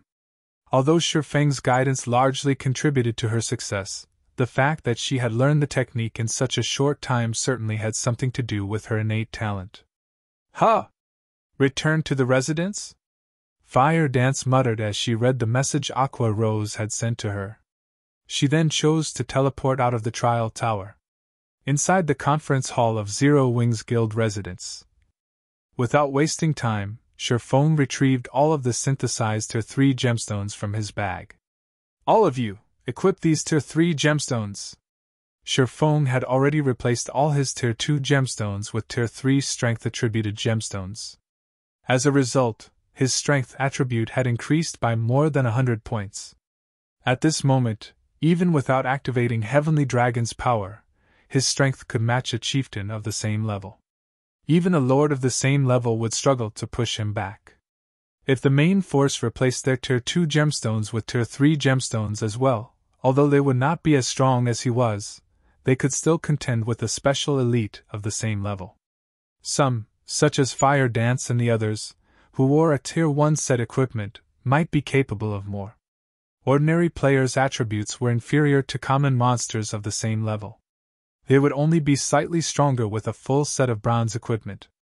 At that time, the only advantage common monsters would have was their higher HP. If a player was fully equipped with secret silver equipment, their attributes should be roughly equal to an elite monster of the same level. Only when one wore a full set of dark gold equipment would they have the same amount of attributes as a special elite of the same rank. As for Zero Wing's main force, although their equipment was a mix of level 30 fine gold and dark gold equipment, they had the intermediate mana armor kits to make up for the difference. If they embedded Tier 3 gemstones into every item, their attributes should be roughly the same as if they wore a set of level 30 dark gold equipment. None of the main force's members dared to believe their eyes as they stared at the Tier 3 gemstones on the table. Every jaw hit the floor. Aqua Rose was similarly stunned speechless. She knew full well just how valuable Tier 3 gemstones were. Moreover, no one had found a source for these gemstones yet. One could only obtain them from alchemy synthesis. However, synthesizing a Tier 3 gemstone would cost at least 20 gold. Meanwhile, there were over 1,000 shining gemstones on the table. In other words, the gemstones scattered across this table were worth over 20,000 gold at the very least. We're in a hurry, so equip them quickly. Shifeng had already received a status report about the Stoneclaw Mountains. Although things seemed calm on the surface, and the various guilds were busy killing monsters and grinding for magic crystals, the number of guild players gathering in the mountains increased by the minute. Every guild was rapidly mobilizing their forces. Even Stone Forest Town, the closest town to the Stoneclaw Mountains, was surrounded by players. All of these players were members of various large guilds. It seemed that these guilds intended to capture Stone Forest Town. The nearest teleportation array to the Stoneclaw Mountains was over 10 hours on foot. On the other hand, Stone Forest Town was only an hour from the Asura Mode dungeon. The town was an absolute treasure. Whether it was for repairing equipment or purchasing consumables, Stone Forest Town was the best option. Otherwise, they would have to waste a day to travel back and forth between Starmoon City and the Stoneclaw Mountains. Meanwhile, Stone Forest Town was not under Starmoon Kingdom's control. Instead, the forces of darkness held it. It was one of the towns that players could capture and occupy. As long as the town fell under a guild's control, said guild could hire an army of NPCs to defend the town for 15 days. Even if every guild in Starmoon Kingdom banded together, they would not be able to do anything to the captured Stone Forest Town. After a guild successfully captured Stone Forest Town, said guild would also receive an additional advantage. They could select a resurrection point. When players died, they would revive in their own cities. Of course, players could also choose to revive at the nearest resurrection point. Meanwhile, Stone Forest Town was the nearest resurrection point to the Stoneclaw Mountains. However, the precondition for reviving in Stone Forest Town was that one needed to capture it. Moreover, only members of the guild that held the town, or those given explicit permission by said guild, could revive there. This would be a huge advantage for capturing the Stoneclaw Mountains in the future. Since Shaman had learned that the Stoneclaw Mountains had been activated, he would not waste any time. He intended to capture Stone Forest Town with Zero Wing's greatest forces. Unfortunately, other guilds shared the same thoughts. For now, though, he needed to occupy a strategic location as quickly as possible. Otherwise, their tasks would be far more difficult. A short moment later, every member of the main force had replaced their Tier 2 gemstones with Tier 3 gemstones, their attributes increasing significantly. Following which, Shaman led the main force and the Dark God's Legion mightily towards the teleportation hall. Wow, what's Zero Wing up to? Whoa! That's so impressive! I'm actually having trouble breathing right now. Is Zero Wing planning to start a war? The players on the streets could not help but wonder when they saw Zero Wing's frightening momentum. Over 400 players, fully equipped with the current best equipment, marched down the street. No matter where this army went, they would be a force to be reckoned with. They could easily trample a large guild. Not to mention, over 100 of these players were experts who had surpassed the 4th floor of the Trial Tower. If they participated in a field battle, they could easily stand against several thousand elite players. Meanwhile, a single large guild only had several thousand elite players. Suddenly, the various large guilds in White River City began to panic. Although an army of over 400 players seemed small, its strength was no laughing matter. If they wanted to, they could easily obliterate any guild team that was grinding out in the fields. Does Black Flame intend to move against us? Feng Xianyang trembled upon receiving this news. He was so shocked that he nearly jumped out of his seat. But why? We haven't provoked Zero Wing recently. We even yielded a few high-resource areas to them. They shouldn't have any reason to deal with us. Did some fool go and provoke Black Flame again? At this moment, the upper echelons of the various large guilds in White River City felt threatened. Every one of them immediately withdrew from the fields, returning either to White River City or the nearest town as fast as possible. Chapter 654 Town Capturing. Chapter 654 Town Capturing. Starmoon City, Stone Forest Town. Ever since the Stoneclaw Mountains had been discovered, the upper echelons of the various large guilds had realized the importance of Stone Forest Town. As a result, the various large guilds in Starmoon City had frantically gathered their members around the town. Upon receiving information regarding the Stoneclaw Mountains, large guilds from other cities also mobilized their forces to Stone Forest Town. However, as the teleportation fees were a problem, they could not dispatch too many members. Most of the members they sent were the guild's elites. After arriving at Stone Forest Town, these guilds would send their main forces to the Stoneclaw Mountains to grind for magic crystals, while leaving behind the majority of their elites to stand guard a short distance away from Stone Forest Town to observe other guilds. At this moment, Stone Forest Town was surrounded. There were over 300,000 players watching the town, making the town's resident players quite uncomfortable. These 300,000 plus players were not ordinary players. They all were the elite members of various large guilds. They were stronger than even 3 million ordinary players. If these elites surged into Stone Forest Town at the same time, although the town was protected by level 55 dark NPCs, these NPCs would most likely fall under the fierce assault of so many elite players. The only fortunate advantage that they had was that these elite players belonged to multiple large guilds. They were not united, each guild having their own intentions. And here I thought this was our chance as dark guilds to rise to power. I didn't think that the Star Moon City's guilds would find out about the Stoneclaw Mountains so soon. Now we won't even have a place to level up. What are you worried about? Don't forget that Stone Forest Town has the 3 great leaders. Furthermore, the guilds outside are not united. Unless some guild is looking to get itself killed and benefit the other guilds, they won't invade. You're not exactly wrong, but Star Moon City's first-rate guilds, Ouroboros and the Star Alliance, have dispatched most of their elites already. Of the 300,000-plus elite players out there, over 1/3 belong to those 2 guilds. Even if the other guilds don't make a move, those 2 alone are enough to capture the town. Stone Forest Town's red names discussed their current predicament. They were at a loss on what they should do next. Originally, they had simply lived here in peace. When they had nothing better to do, they would kill some players to earn some money or complete some high-level quests. They lived carefree lives. Hence, they had never imagined that such a massive issue would arrive on their doorsteps one day. On a hilltop a short distance away from Stone Forest Town, a group of players quietly observed the town below. These players were uniformly level 30 and wore level 30 fine gold or above equipment. Not far behind these players, there were more than 70,000 players standing at attention. The majority of the players in this army were level 28, with the lowest being level 27. They were 2 or 3 levels higher than the current average level of players. These players were none other than the members of the Star Alliance led by Galaxy Past. Star Alliance was also the guild that had dispatched the most players to Stone Forest Town. An army of 70,000 elite players.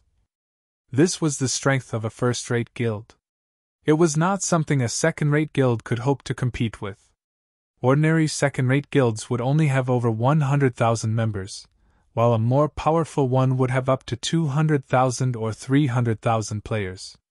Of these players, only a maximum of 30,000 or 40,000 would be elite players.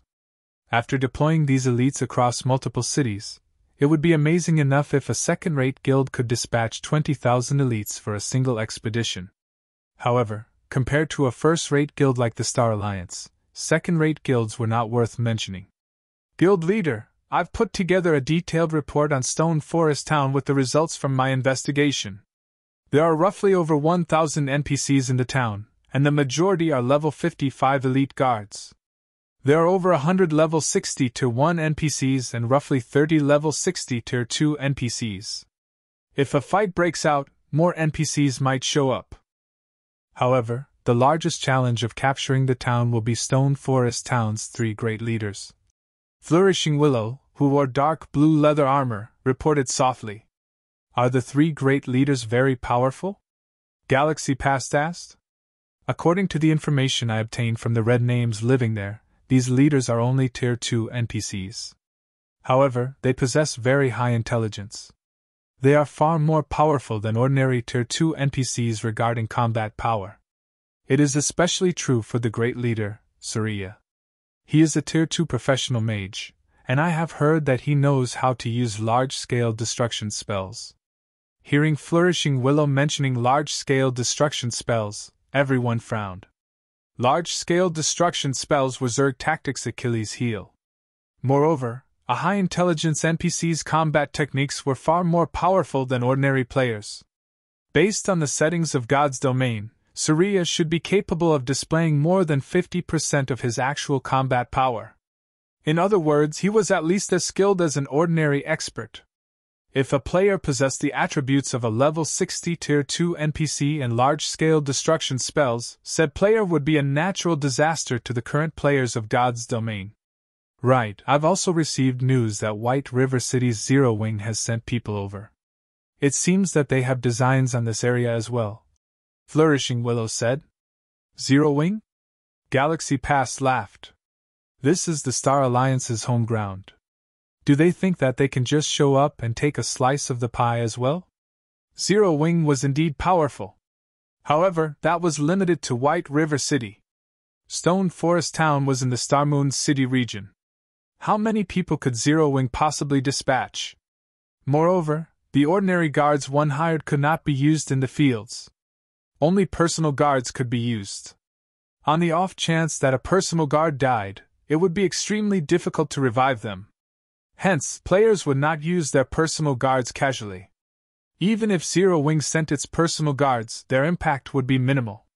Ignore them. Since we can't capture Stone Forest Town in a short time, have the main force grind for magic crystals for now. However, we can't let Ouroboros relax either. Look for opportunities to kill some of its members. After all, the Stoneclaw Mountains still belong to our two guilds. Galaxy Past smiled lightly. It truly is fortunate that Chao Chenhua stole a large number of experts and elite players from Ouroboros. The Stoneclaw Mountains will belong to the Star Alliance. In Star Moon City, the Star Alliance had far more experts and elite players than Ouroboros. Currently, Ouroboros barely held on. As for the other guilds in Star Moon City, they were nothing to the Star Alliance. At this moment, many guilds that had completed their investigation of Stone Forest Town had decided to give up on the idea of capturing the town. Instead, they shifted their focus towards grinding for magic crystals in the Stoneclaw Mountains. However, as the majority of their elite members had yet to reach level 30 and could not enter the Stoneclaw Mountains, these elite members were tasked with leveling up as fast as possible. Meanwhile, at Ouroboros' base camp, Shifeng had just arrived with his team. Very quickly, Shifeng's group became the center of attention. The group was simply too impressive.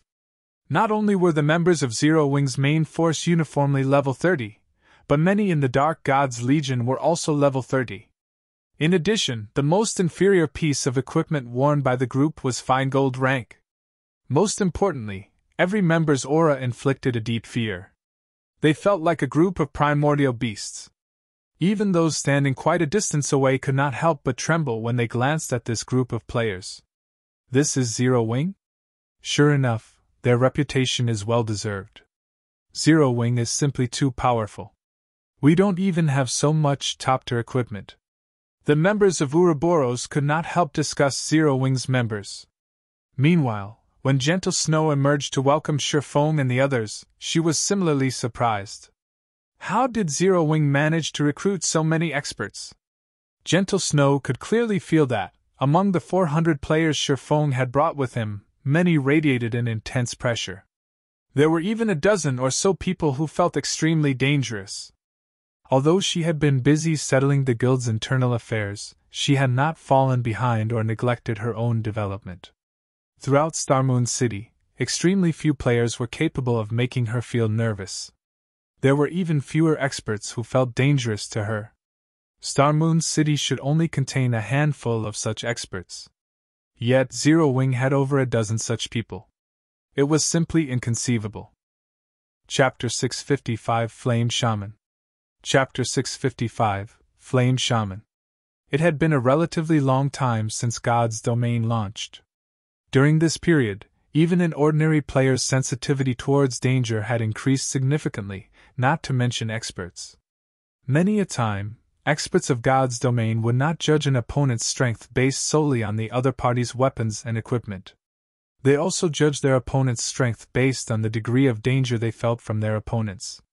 An expert's combat power was not limited to their weapons and equipment. Combat techniques and powerful skills also affected a person's combat power. These were hidden aspects, not visible until combat. Hence, one had to rely on intuition to judge a person's strength. Gentle Snow was very confident of her own perception because, up until this day, her intuition had never failed her. It reminded her of her first encounter Yi Feng. Although Yi Feng's equipment had been pathetic, his level had been very low, and he had not felt threatening in the least. Her intuition had told her that Shifeng was extraordinary. And indeed, her intuition had not been wrong. Time had proven that Shifeng was truly extraordinary. Meanwhile, Gentle Snow's intuition currently told her that the group of people in front of her was very deadly. They were not as simple as they appeared. It felt as if every single player had a ferocious beast hidden inside their bodies. Only these beasts had yet to expose their true nature. Zero Wing is growing more mysterious by the minute. Gentle Snow laughed bitterly as she subtly examined the crowd from Zero Wing. In the past, Zero Wing had been no more than a small, weak guild, yet, before anyone realized it, the guild had grown into a towering existence. Even Ouroboros had to treat Zero Wing seriously. Fortunately, their two guilds had long since formed an alliance. Otherwise, Zero Wing would be a formidable enemy. "Let's talk inside," Gentle Snow said as she led the way to a large tent. Sherfong nodded and entered the tent with Aqua Rose and Fire Dance. During God's Domain's early stages, players only had needed to travel for a short time to arrive at their destination. However, as players reached higher levels, the time they spent on travel increased. When going out to the fields to level up, it was typical for players to not return to their respective cities for several days. Meanwhile, when players wished to rest, they could rely on these field tents. HP and mana would recover quickly when consuming food and beverages. However, concentration and stamina would not. Generally, players had to return to a city to rest and recover. With a field tent, however, there was no need to do so. Although the recovery speed while inside a tent could not compare to resting in a city, it was sufficient. Only, ordinary players could not afford a field tent. Just an ordinary 6-man tent sold for 10 gold at NPC shops, not to mention 20-man, 50-man, or 100-man tents. Not only did one need enough money to purchase a 100-man tent, but they also needed a certain amount of reputation. The large tent before them was a 100-man tent, and it had cost 200 gold. If one had sufficiently high reputation, they could receive a small discount. However, even then, a 100-man tent would still cost more than 150 gold. Inside, the tent looked like a guild residence's conference hall. Currently, more than a dozen people sat inside the tent, and every one of them was a member of Ouroboros' upper echelon. They were uniformly level 30, and their equipment was among the best one could find. Meanwhile, the beautiful and vibrant Zhao Yueru relaxed amongst these players, currently dressed in white and red luxurious mage robes. In her hand, she wielded a red jade staff covered in runes. Looking at the faint red glow that surrounded the staff, one could immediately tell it was an extraordinary item. Furthermore, a faint flame-red aura surrounded the caster. She looked like a goddess of fire. Flame Shaman? Sherfong concealed his surprise when he saw Zhao Yueru, who had undergone a massive change since the last time they met. Flame Shaman was a hidden class, and its legacy rank was similar to the Astromancer. It was considered an advanced legacy. As the name suggested, it was a class that specialized in controlling flames. However, a flame shaman was not as balanced as an elementalist. The class specialized in attacking and destroying everything. In terms of damage output, the class was far superior to an Astromancer. It was an extremely violent class. In the past, Zhao Yueru's fame had only started to soar after she class changed into a flame shaman. The public had known her as the Flame Witch. Sherfong never imagined that Zhao Yueru would become a flame shaman so quickly. Even against an MT of the same level geared with top-tier equipment, a flame shaman could finish them off in 2 or 3 moves. A flame shaman could practically one-shot an ordinary MT. However, although the class's damage was astounding, it was also because of this that flame shamans had very few survival and life-saving abilities. In dungeons and team battles though, they were beyond scary. They were practically tomahawk cruise missiles. After sweeping a glance over everyone present, Sherfong understood the general situation regarding Ouroboros' top combat power. Although Ouroboros had lost many of its top combatants, the guild was still much stronger than second-rate guilds with its remaining forces. "This is the data we collected on Stone Forest Town," Gentle Snow said as she handed Sherfong a folder. Slowly, she explained. "Currently, every guild is trying to occupy the town. However, the town is strong enough to avoid capture even if we combine our guild's strengths. I suggest that we strike at the Stoneclaw Mountains first, harvesting magic crystals and building our strength. With both of our guild's experts, we should be able to occupy the high-resource areas within the mountains quickly. We can then use the opportunity to widen the gap between us and the other guilds. Currently, nobody could do strike against Stone Forest Town. The best option right now was to accumulate their strength. This was also why Gentle Snow had asked for Zero Wing's help. There is no need to go through all that trouble. We can just capture Stone Forest Town. Once we occupy the town, it will be simple to obtain the rights over the Stoneclaw Mountains, Shifeng said, shaking his head. He did not agree with Gentle Snow's idea. In the past, it was precisely such thinking that had led to the various large guilds ending in a deadlock with each other. As a result, more guilds had involved themselves in the situation in the Stoneclaw Mountains. Once that happened, they would lose the chance to capture Stone Forest Town. At this moment, the various large guilds were still helpless against Stone Forest Town, so they would focus their attention on the Stoneclaw Mountains. This was the best chance to capture Stone Forest Town. Otherwise, if time dragged on, the number of guilds in the area would increase. At that time, the number of experts who were interested in this area would also increase, and their chances of capturing Stone Forest Town would decrease. Hearing Shifeng's resolve, Gentle Snow was momentarily stunned. That was suicide. Immediately, she explained, "You should have seen the information regarding the 3 great leaders for yourself. All 3 are high-intelligence NPCs. They are equivalent to expert players who have reached the 5th floor. They also possess large-scale destruction spells. Furthermore, if we attack Stone Forest Town, the other guilds will not sit by and do nothing. They will take advantage of the situation and try to annihilate us. What if we don't give them the chance?" Shifeng smiled confidently.